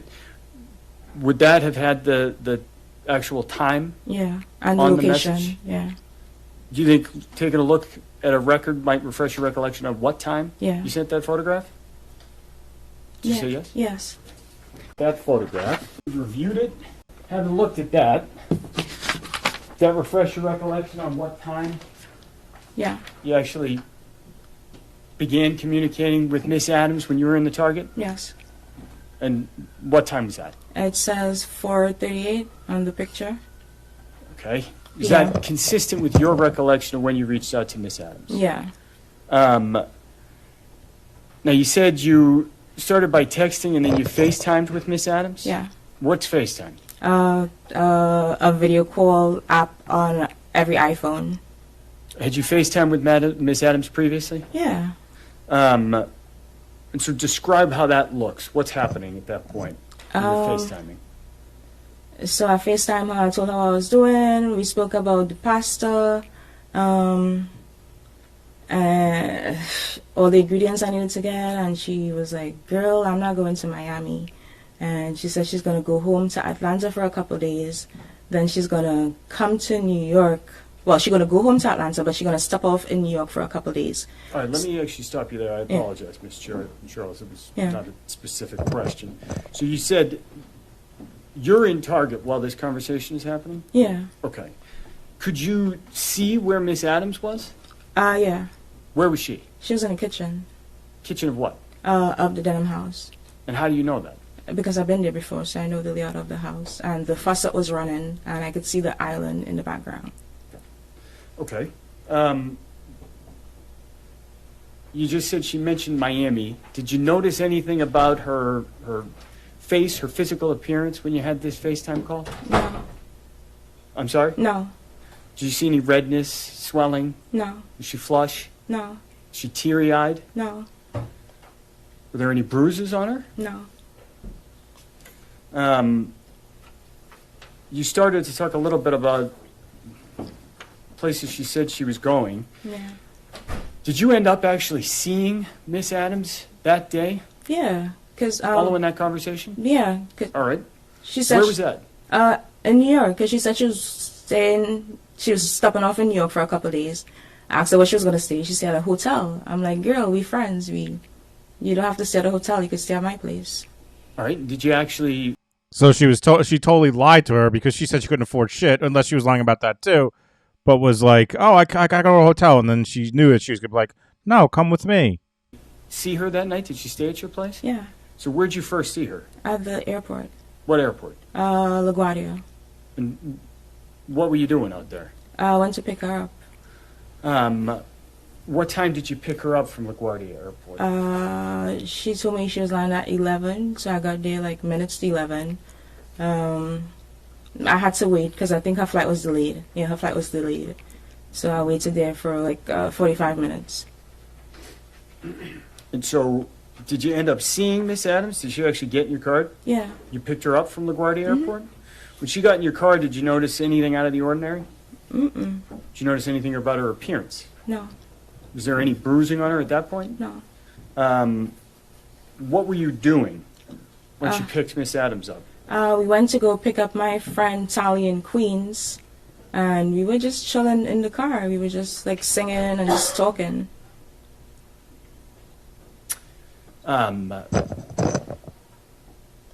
Anything out of the ordinary about either Miss Adams or your friend Tally's demeanor? No.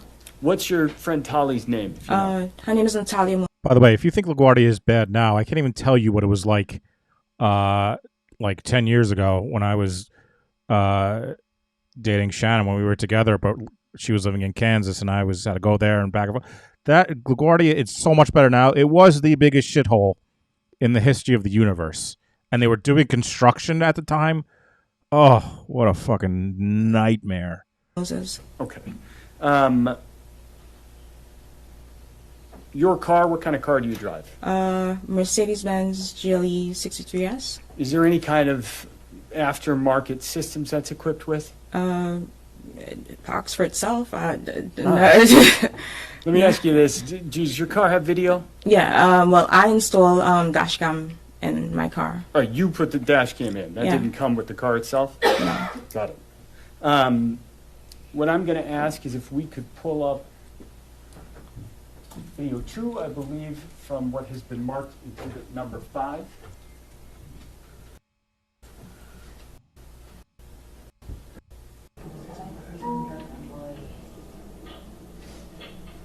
Clean more so they get an honest check. Brooklyn boys more like one of them. Clearly traumatized from the strangulation she just got. So this is actually, for the record, the first video in exhibit number 5, Mr. Charles. Looking at this, we've played 14 seconds. Do you recognize what we're looking at? Yes. What is that? That's me in my car. Dash cam video. All right, and that video, does that fairly and accurately represent kind of the drive you guys had? Yeah. All right, there's a timestamp down here at the bottom. It says 11:48 and 18 seconds p.m. Yeah. Is that consistent with your recollection of Yeah. kind of after you had picked Neil up Yeah. from the airport? Yeah. What I'm going to ask Ms. Silva to do is go to the next video down on that list.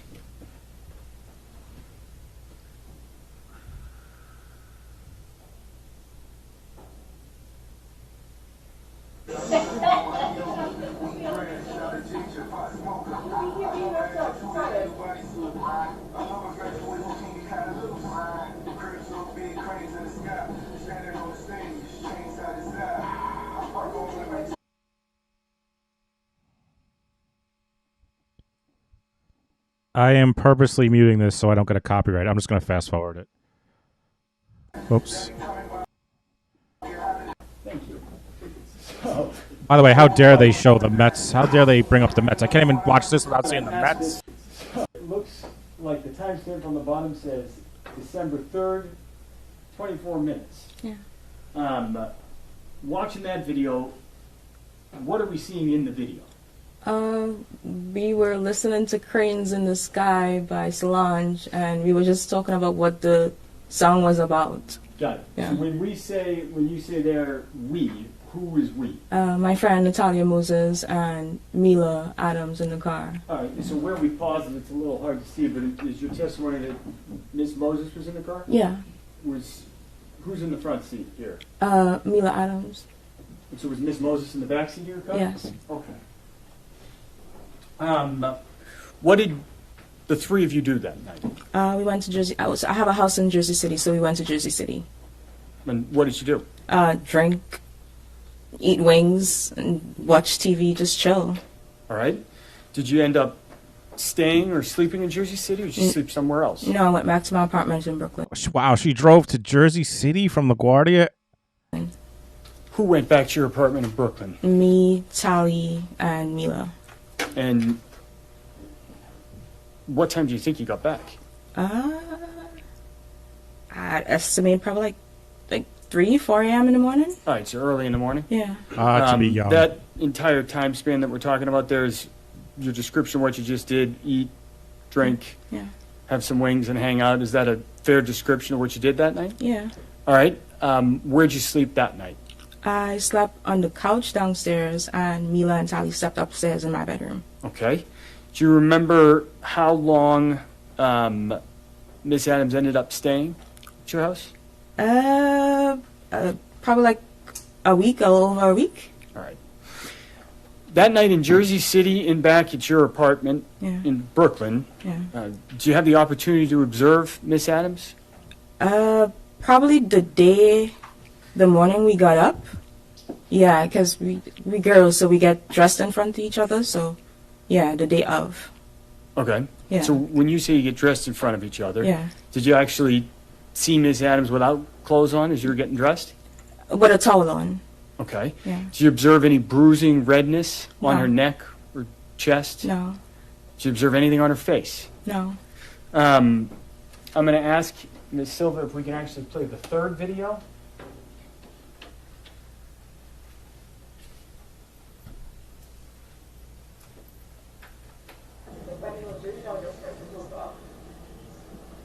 And so I'm going to pause it right there and just ask you, so this image, is that a fair and accurate representation of how Miss Adams looked that day on December 3rd? Yeah. That video kind of depicts how she looked? Yes.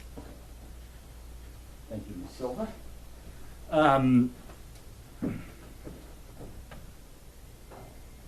Anytime the day of December 3rd, did you notice bruising developing, redness, any kind of physical marks on Miss Adams? No. On December 4th, 5th, 6th, did you notice any of that? No. Did Miss Adams ever tell you that she had been assaulted or strangled? No. Did she ever mention any kind of an attack? No.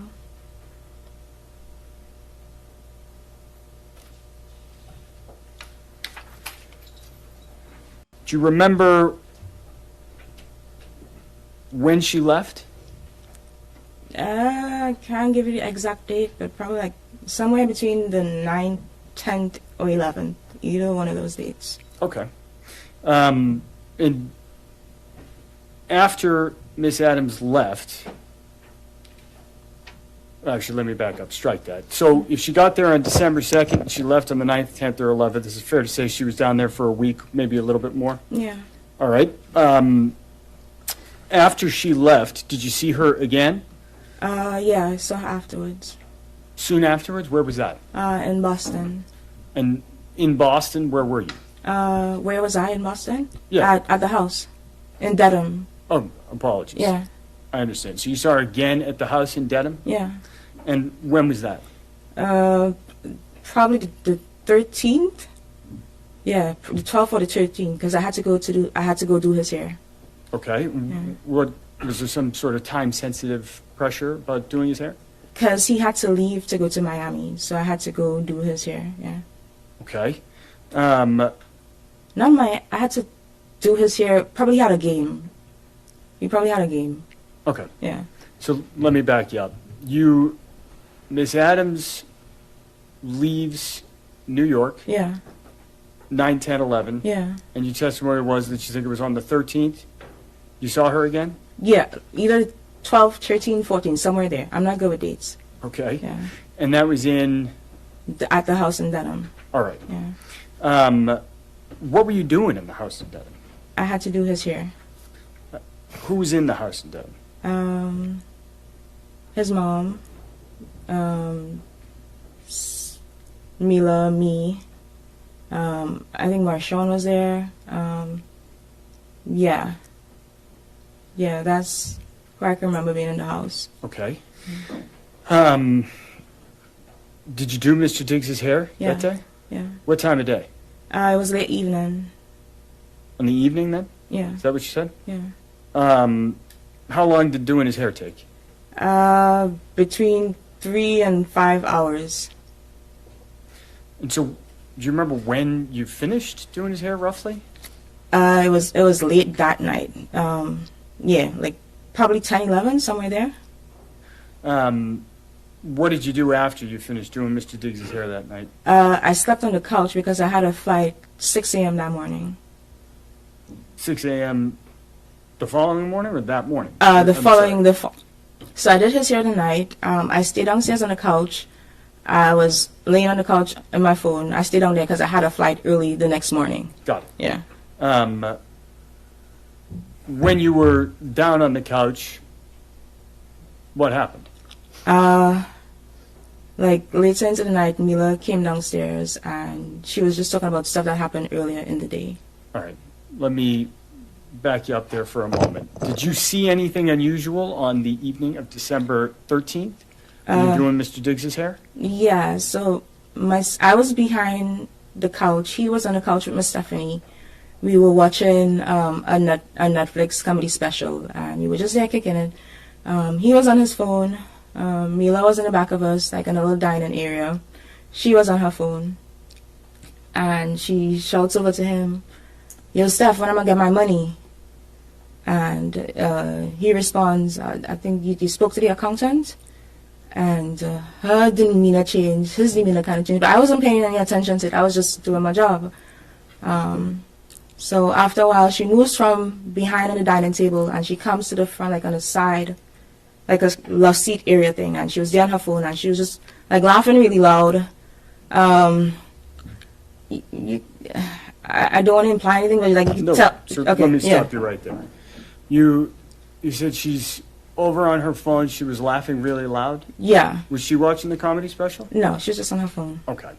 So you said later that night or the Yeah. next morning you spoke to her again? Yeah, like in the probably midnight, 1 a.m. ish. Yeah, she came downstairs and we were talking. Yeah. When she came downstairs, was there anybody else downstairs? No, just me and her. And what did she tell you when she came downstairs? She asked me if he was annoyed. But She asked you if if he was annoyed. And that's Mr. Diggs? Yeah. Did she tell you she was going to do anything? Yeah, she was trying to antagonize him while she was on the couch, like trying to get beneath his skin, and she was Sustained. Okay. So let me ask you this way. Did she indicate when she came downstairs that she was going to do anything? Did she tell you she was going to take any action? Yeah, she said she was gonna sue him For what? for the money that he owes her, and like she gonna take it to the blog. She gonna Take it to the block? blogs. Got it. Yeah. And she denied that she ever took things to the blogs. Weird, huh? It was like an hour-long conversation, so it was a lot. So. Let me stop you there. Oh, sorry. So, do you remember her saying that she was going to make him pay? Yeah.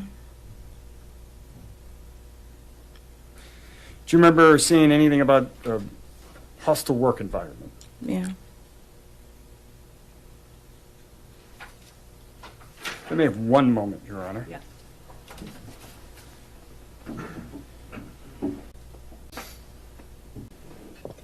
Coming down, did Miss Adams, prior to her coming down that night, 1 a.m., and having this conversation with you, did she tell you that she had been assaulted? Did you heard anything about a strangulation and assault? No. That night, when she was talking about the suing Mr. Diggs, Yeah. did she say that she had been assaulted? No. I want to back up down to kind of early in your testimony. You said you have a dash camera in your car. Mhm. How long have you had that? Probably a little after my birthday, which is September. So, yeah. Probably end of September, beginning of October. Okay, why do you have that? Because people were scamming in your insurance fraud. Like Yeah, they hit that's your true. car, they see you have a nice car, and they try to get money out of you. In New York, you said? Yeah. I don't have any further questions. Caldwell, care to inquire? Good afternoon, Ms. Charles. Afternoon. I can't even listen to the cross. I'm just going to the closings.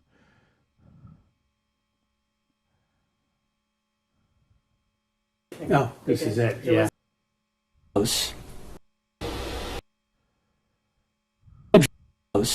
Conscious of any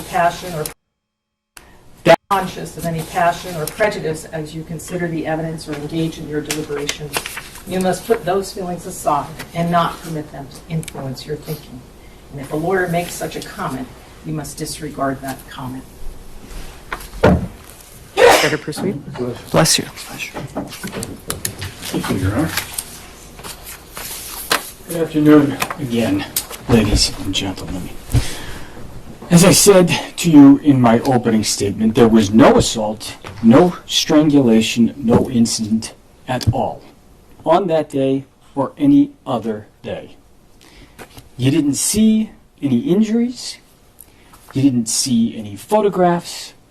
You learned there were no medical records, no statements, no nothing between December 2nd and December 16th. You have not been provided with a single shred of credible evidence to determine that any assault actually occurred in the house on that day. The Commonwealth's case is nothing more than the words of Miss Adams. In my opening statement, I told you one tool to use as you go through this process is to consider how to find the truth. That the simplest answer that accounts for all the facts, that answer is the truth. And so what I want to do is take you through some of the undisputed facts in this case. December 2nd, Ms. Adams spent the afternoon talking on the phone. She got a ticket to Atlanta. She cooked Stefon Diggs dinner. We learned this morning that it was a hot dog. She went into Mr. Diggs's bedroom. LOL. He's like, we're not going to forget about that fucking hot dog. It's not relevant, but I'm going to fucking remind you about that shit. To provide him birthday presents. And to deliver those birthday presents. Timeline-wise, all of this, every single fact that I just mentioned, all of those would have occurred after what Miss Adams says was a violent assault that occurred sometime that afternoon. That night, Miss Adams left the house at 7:15 and she flew to New York City. You heard that she told the police that she stayed with friends. You heard her describe whose friends they were. But you also heard her say that she had a ticket to Atlanta, purchased before she ever changed it to go to New York City. You saw videos of Miss Adams when she arrived in New York. You heard from the woman who picked her up from the airport, who also saw Miss Adams. Abby coming through like always. $20 Venmo for your private chef glizzies. Abby, thank you so much. I really, really appreciate it. Thank you, Abby. When she arrived in New York. You saw video and heard from Tali Moses, who spent the entire week with Miss Adams in New York. And you got to see how she looked. You got to see her face. You got to see her neck. You got to see the way she moved during the course of that week. One thing I'll say about that, Miss Adams, she might define... Speaking of how she moved, I'm getting so much fucking shit on Instagram and TikTok, YouTube less, but because I posted a video and in the beginning I put her dancing and I was like, this is how she acted a couple days later. And then everyone's like, well, people could be, abused and then have their moments. And that's totally true. But like, did you not watch my entire 2-minute short where I say that she just was a total liar the entire time? I don't know why I'm venting about this. Bruising, however, is expedient or convenient for her, but we all know what bruising looks like. You saw the videos and you heard from the witnesses. On December 5th, Ms. Adams texted Stefon Diggs, "Hi, can you please approve my pay with finance, please and thank you." That would have been 2.5 days after he violently strangled her in her bedroom. December 6th, you saw the video of her dancing. That's 3.5 days after this assault allegedly occurred. You heard that throughout the course of that week, from December 2nd to December 9th, Miss Adams didn't mention a single thing about any assault to anyone.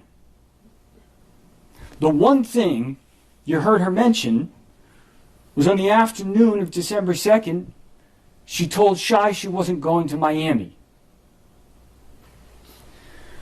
You heard that on December 9th, she went back to the house. And I told you the details were going to be important about her going back to the house in my opening statement. She got back to the house at 11:30 p.m. alone and walked into the house. And what did she do? She didn't just go to Stefon Diggs' bedroom door and knock on it. She tried to punch in the code, and it didn't work. And those are her words. That's what she told you. None of that is consistent with a violent assault having occurred the last time they interacted with one another. Not one piece of that. And those are undisputed facts. It's crazy because I'll get some of these comments.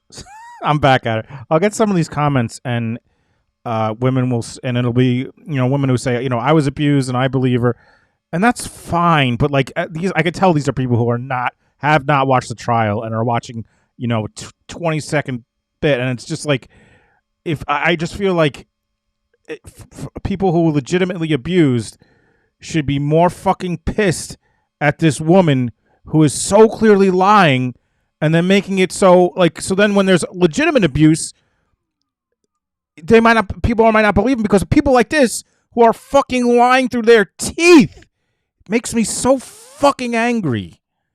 On December 11th, Miss Adams texted Mr. Diggs her apology. She said she was sorry she was being emo, and she didn't want him to feel that way. She didn't want him to think she was trying to quit her job.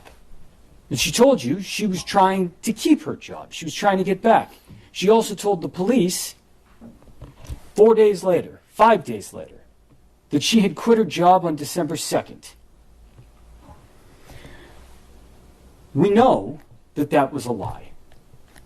Not just from the fact that she actually told you that that was a lie, but from the actual evidence that you have in this case that is undisputed. That evidence goes on. She told Mr. Diggs's girlfriend that she didn't say any of that to the police, meaning what she told the police, that she didn't accuse Mr. Diggs of assault. And that wasn't true. She also, a month later, told the world that she had never demanded money. And that also wasn't true. Now, more undisputed facts. Miss Adams was paid for November. At first she didn't admit that. She ended up saying they worked it out. She got paid for 2-3 weeks. And we actually got an answer today on why she wasn't paid for a full month. Because she was in Tobago with Shy Charles. You heard from Melissa Goddard. Miss Adams was paid up. The non-disclosure agreement. Ms. Goddard talked to you about that. And you heard about that from Miss Adams. I want you to look at the text message in Exhibit 4. It's on page 195. We talked about it a little bit yesterday afternoon. But this is another undisputed fact, and it's very important. Because, despite what Miss Adams told the police on December 16th, and told you at times yesterday, on December 13th, 2025, Miss Adams says what she thinks the NDA is about. And she says, "You sitting here playing in my face, 700 comments. If I told someone why it's not in the blog, you believe it," meaning Mr. Diggs, "and now sign an NDA. Send me my money. You sitting here playing in my face." Ms. Adams wants you to believe she wouldn't tell Shy Charles because Shy Charles knew Mr. Diggs. That requires you to completely ignore the fact that she chose freely and willingly to go to New York to stay with Shy Charles. December 13th, she told Mr. Diggs, she told Stefon Diggs what she thought the NDA was all about. And it was about the blog issue. You think it might... I mean, it's just like the perfect close. Like, this guy is just so good. You could tell he hired like the best of the best. He's making eye contact with the jurors. He has notes, but he's only like referring to them because he knows the case. He has proper emotion, just like, head and shoulders above some of the shit we've seen. might make a little sense if the NDA was about any kind of a physical assault, a strangulation, that she might say to him anything. Hey. Whoops. And not like over theatrical, just like the perfect Know tone. what this NDA is really about. Or maybe just the NDA because you assaulted me? Not a word. She describes why that's there. And those are her words from December 13th. And that is undisputed. Now let's talk about the police for a few moments. Because Miss Adams went to the police, as you heard, on December 16th. And there's other undisputed facts in this report. She lied to the police. She did not leave her job. Miss Adams told you something yesterday where she said, well, left my position was like in the house, but that wasn't my job. And you heard what Officer Ellis said this morning. I said, you mean her position, as in her job? And he said, of course. She told Officer Ellis that she just went back to get her stuff. And you know that isn't true. And at times, she seemed to admit that that wasn't true. And you know from her own words at the time to both Mr. Diggs and to Sonny that that wasn't true. The text message that you've heard about the deletion. There's two things that I want you to pay close attention to and that I want to talk to you about in both Exhibit 1 and Exhibit 2. Exhibit 1, the text message that she sent purporting to be a screenshot of the argument that led to a violent assault that ended with Mr. Diggs choking her. That's what she told Officer Ellis. And you heard that from him this morning. You also heard from her that she deleted messages. And I think what she said was something like, I didn't want to look bad, or something along those lines. And if you look at what was actually deleted, the words she said, she was saying bet and pussy were what she deleted. That's what she did. She did delete those messages, right? Those are not in the text messages that she provided to Dedham Police. But more importantly, what she actually deleted that wasn't about making her look bad or not, it was right after the words, I'm out of your life. And it said, and ruining that bitch life. And then you can actually go to Exhibit 2 and look, there's a fairy emoji she sent. And why that's important is because, as you heard from Officer Ellis this morning, it'd be important to know if somebody deleted messages. It'd be important to see the full picture. And that message right there, and ruining that bitch life, apologies for the language, with the fairy emoji, you think that might have prompted the question, hey, who's that bitch? She answered the question for you yesterday. It was Lindsay. The argument wasn't about money. You have it in evidence. And Miss Adams later admitted that. These lies to the police, the fact that they're undisputed, why? Look at all of those facts. They're undisputed in the record. They are all there. If you remove from those facts one thing, that an assault occurred, they all make sense. If you plug in that she was assaulted that afternoon before all of this happened, before everything I just read to you, none of it makes sense. Why would a person who is just strangled go down to the kitchen, chat on the phone, and not have a single mark on their face or look even remotely bothered? Why would that same person cook dinner for the man who just did it? Why would that same person knock on his bedroom door and deliver 2 birthday presents? Why would she act the way she did for the next week? And then why lie about it repeatedly to the police? And what ended up happening next, just chronologically, gives away the game on that. Because what you heard is that only a couple weeks later, her mediator made a demand for money. And if you plug that fact in, now it all makes perfect sense. We have provided evidence to you. We have presented evidence. We have called witnesses.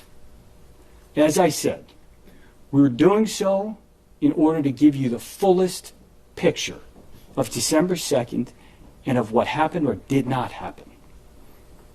And think about that for one moment. How do you prove a negative? It's basically impossible, right? Pick a day, 2 months ago, account for every action that you did on that day. Every moment of your day. Great, now prove it. Can't be done. And this trap, the framers of our system, they were aware of it. And that's why it works the way that it does.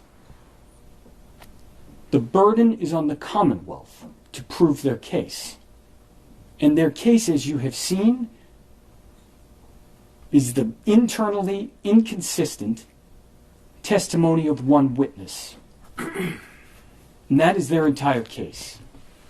And that is not enough to meet their burden. The burden that you are going to hear is reasonable doubt. And the judge is going to tell you that that's to a moral certainty. How much would you bet on the words of Jamila Adams? Would you bet your own life? Someone else's? You have all So perfect. So perfect.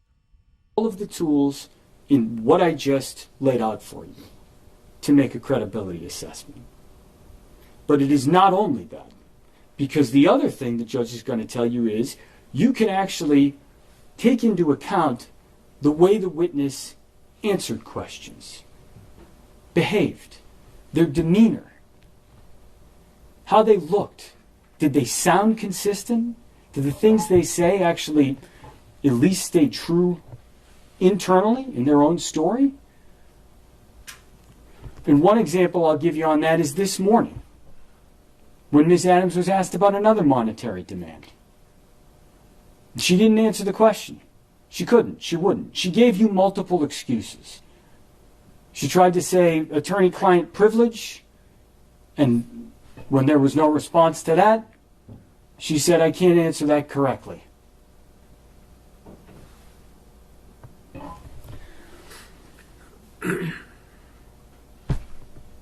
Take the way she answered questions into account, but line it up against the facts that you know that you have. Because that's how you got to make a decision. On facts, on evidence.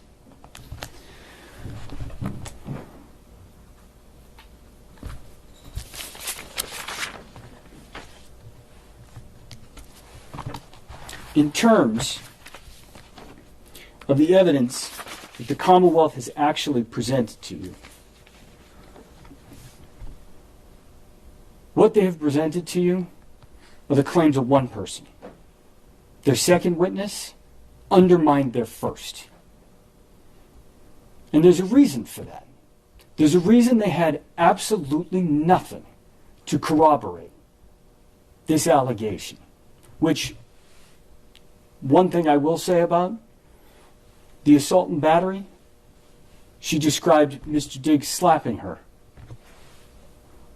on the right side of her face with his right hand.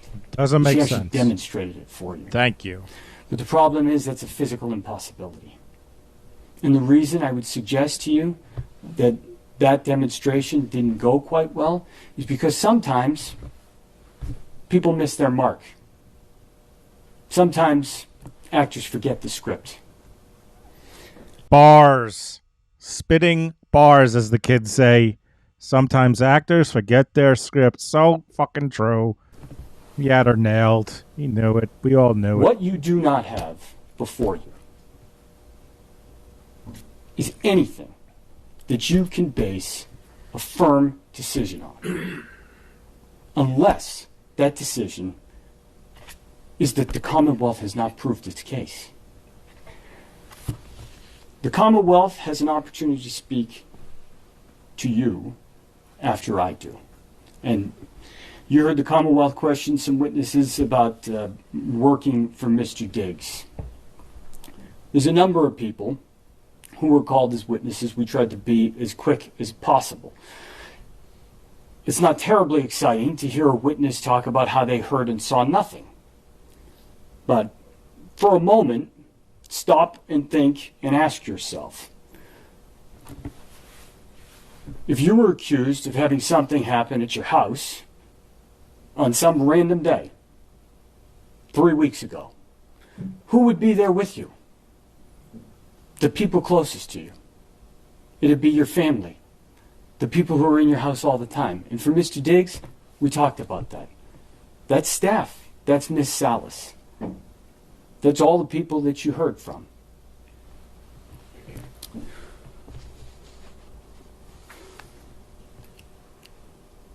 One thing that I want to talk about is a reason for bias. Because when Mr. Virtue asked, I think the first witness she was Miss Salas. Mr. Diggs paid her salary, isn't that right?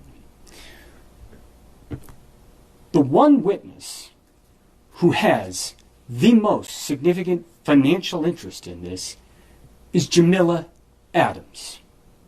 You heard her talk a lot about money yesterday. And that was the Commonwealth's only witness to even touch on what they claim this assault was. That's their evidence. They cannot, and they have not, proved this case because no assault occurred on December 2nd, or as I said, any other day. And it's your obligation to hold them to that burden and to decide the case on the evidence that you have in front of you. And that evidence provides one answer alone. And I would suggest to you that is that Miss Adams made this accusation as a means of trying to leverage and humiliate and to punish Stefon Diggs. And you heard that he has been living with this case and these accusations since December of 2025. And it is time to end. The evidence that you have heard, that has been put before you, is not enough for the Commonwealth to sustain their burden.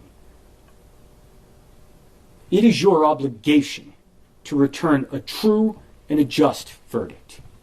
And the evidence that you have heard requires that you go back into that room and that you lift this burden off Mr. Diggs' shoulders and that you tell him and the world that Stefon Diggs is not guilty of this incident that never occurred. Thank you. Well done. Well done. And basically, Good afternoon. If you haven't seen the prosecutor's closing, essentially what his closing was, all he was trying to do in this closing was try to make sure he didn't get the fastest not guilty verdict in the history of this country. Just watch watch the beginning of this. Feels like it's been a little while since last time I talked to you guys directly. So, was Miss Adams a perfect witness? No. She was argumentative, avoided, difficult. I mean, what a way to start a closing. And by the way, not even the big sigh. He's like, "Oh, I gotta fucking do this now." Ugh. This last time I talked to you guys directly. So, was Miss Adams a perfect witness? No. She was argumentative, avoided, difficult. But does that mean you should throw away everything she says? She said no. I think it'd be easy for you to... Also, pretty hilarious what I just noticed. This court guy, the clerk or whatever he is, was like paying attention intently to the defense closing. And now that the prosecutor starts, he's like, all right, I could do my paperwork. Argumentative. I could check out my paperwork. I'm not interested in this. Avoided. Watch him. Difficult. Gets his but does that thing. He's mean like, I'm you not should gonna throw pay away attention everything she anymore. says? She said no. I think it'd be easy for you guys to do that, but that's not your job. You guys are the jury. It's your job, your sacred duty, to comb over every bit of evidence you heard, to consider it, to give it the attention it deserves. The attention, the scrutiny, the weight it deserves. You don't have to like Miss Adams. You don't have to like the way she testified today and yesterday, but you do have to give her and her testimony the attention it deserves. You heard from her about what happened in that room on December 2nd. She said he entered the room, slapped her, put her in a headlock, said some things to her. I suggest if you remember how she was testifying, I think the way she was testifying to that lends some to her credibility. She was taking her time. She was looking. She was trying to remember things. Come on, man. As the defense counsel predicted, one of the things I'm going to say is that Miss Adams was the only witness you heard from about what happened in that room. You have defense's witnesses who said what happened afterwards, but if you remember Miss Adams' testimony, she said that was after she had an opportunity to kind of put herself together. She said she cried, she changed her clothing, she kind of started packing. The question you may be having is, why would she act that way? Why was she going out and smiling? Well, I'd suggest to you that all the people she was around are people that have known Mr. Diggs much longer than they've known her. I suggest you even consider the relationship she had with Mr. Diggs. He was sometimes lover, a boss, landlord. He was a athlete, a celebrity, financially powerful, surrounded by people that were all on his payroll that liked him. That when you put that all in consideration, her behavior does make sense in that it was her way of continuing on past that. And she told you that they had a complicated relationship. She said they argued all the time. So that might also make sense as to why she texted them afterwards saying, hey, trying to make amends or trying to figure things out, why she gave the birthday present afterwards. In this case, you heard 4 kind of things, right? You heard things that weren't evidence. The openings, these closings, questions, things that were stricken, those are things that aren't evidence. They can kind of give you some context, but those aren't the evidence in and of themselves. You heard the actual evidence. That was the testimony from the witnesses, the videos, photos, and you'll be able to see also all those text messages. The third thing you're going to hear, so things that aren't evidence, things that are evidence, and the law. The judge gave you some preliminary law at the start of the case. She's going to now, once the closings are done, instruct you on the full law. I ask that you give her the same attention that you've given to all the evidence, and you've given the same attention to both attorneys during their closing, you give the judge that attention when she reads the law. And there's a fourth thing that you're going to need to pay attention and listen to and consider, and that's each other. When you guys are done here, once I finish, once the judge reads the law to you guys, honestly, I feel for this guy. What does he have? What does he have? He basically has to. His whole closing has to be, you have to believe her, because he has literally nothing else. He can't say, oh, she went to the hospital. Like, even if she went to the hospital and they found nothing, he could say she went right to the hospital. He's got nothing but her as his. Like, it's just insane that they brought this case. It's such a waste of taxpayer money. Such horseshit. Your job. By the way, this is the part right here where he's like, please don't take a poll right away and find not guilty and be back here in 5 minutes. It really won't look good for me. Once the judge reads the law to you guys, it'll be your job to go into that room and deliberate on this case. When you go in that room, it's up to you guys how you want to run it. There's no manual, there's no guide, there's no schedule of how you guys are going to come to your decision and reach your verdict. And no one is going to make sure you're doing it one way. What I would suggest you guys do, and you guys can do whatever you want, this is just my suggestion to you. What I suggest you guys do is you don't go in there and just say, all right, let's take a poll right off the bat. I suggest you guys, because he knows, take the time. Go over all the evidence. Go over each witness. Talk about each witness. Try and do it both ways, back and forth, for every witness, not just the Commonwealth's defense as well. Go over every bit of evidence. Read the jury instructions word for word to each other. By the way, I think this trial and Thomas Stein trial, neither one of them had a stenographer, had a court reporter. Neither one of them. Really take the time that this case deserves. Yeah, which is no fucking time. And also listen to each other. I'd suggest as much as you can. Make sure if there's someone that's that's not saying anything, make sure you get to hear from them as well. As I said at the start of this case, that every bit of evidence is important, and that's true. I'd hope that if you guys fairly treat every bit of evidence the attention it deserves, give the analysis, the scrutiny for all the witnesses, all the evidence, and talk amongst yourselves, and you guys will come to the correct verdict. And I would suggest that verdict is the verdict of guilty on all counts. Thank you very much. Poor bastard. I really believe it's his boss made him do this. I can't believe, like, he has no conviction. Like, he has nothing behind that. And for one more time, so what time was it? Let's see what time it was. She sent them out. Let's look at the old clock when they go to the clock. All right, so it was like 3:10 is when they went out, and then they came back at. So it was like an hour.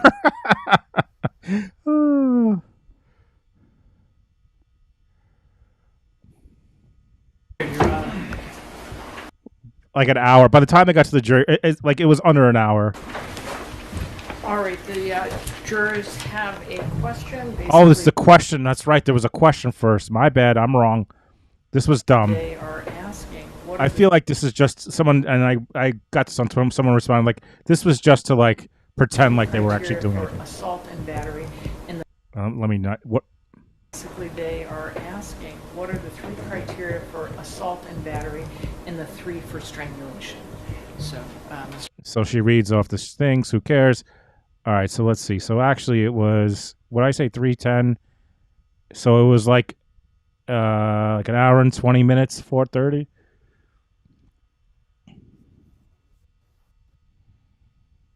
You know they weren't staying till 5. Gotta beat that 5 o'clock traffic. Remain standing. All others may be seated.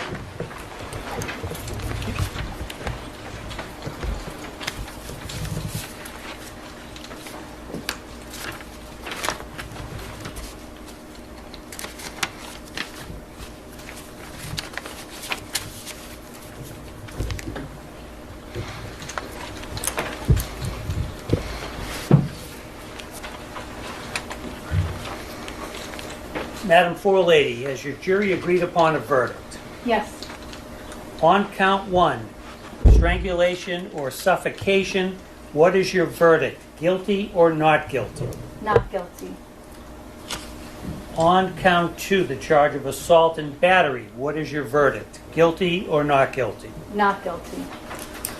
Madam Forelady, members of the jury, hearken to your verdict as the court has recorded it.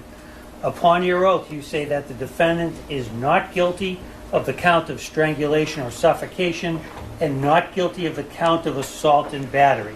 So say you, Madam Forelady? Yes. So say all members of the jury? Yes. You could just see the stress leaving his body. All right, thank you. Jurors, please be seated for a moment. Everyone be seated. Just every day since December, he's had to worry about this shit. He's had to worry about going in front of a jury over total, absolute bullshit. And as much as we can all say this is a bullshit case, we all know going in front of a jury, you never fucking know. You never fucking know. You never know. Jurors, I told you felony charge during this trial and in my instructions that the verdict and was your responsibility and your too. responsibility alone. Jurors, I want to thank each of you for your careful attention and your service throughout this trial. This case has involved a heightened level of public attention. Despite that, you have remained focused on the evidence presented in this courtroom and the law as I instructed you.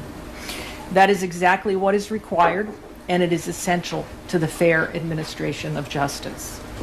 I recognize that serving as a juror in any case can be demanding, and in a case such as this, it may have required additional patience and sacrifice. The court is grateful for the serious... All right, folks. 2 trials in a row. Don't know when the next one will be, but thank you so much for being here. Thanks so much for following. If you haven't already, like and you're already probably subscribed. So thank you so much for the Venmos. Appreciate you guys. Thank you, Abby, for all the Venmos. Really appreciate it, and everyone else. And we'll see what the next one is. I don't know, but I'll keep an eye out.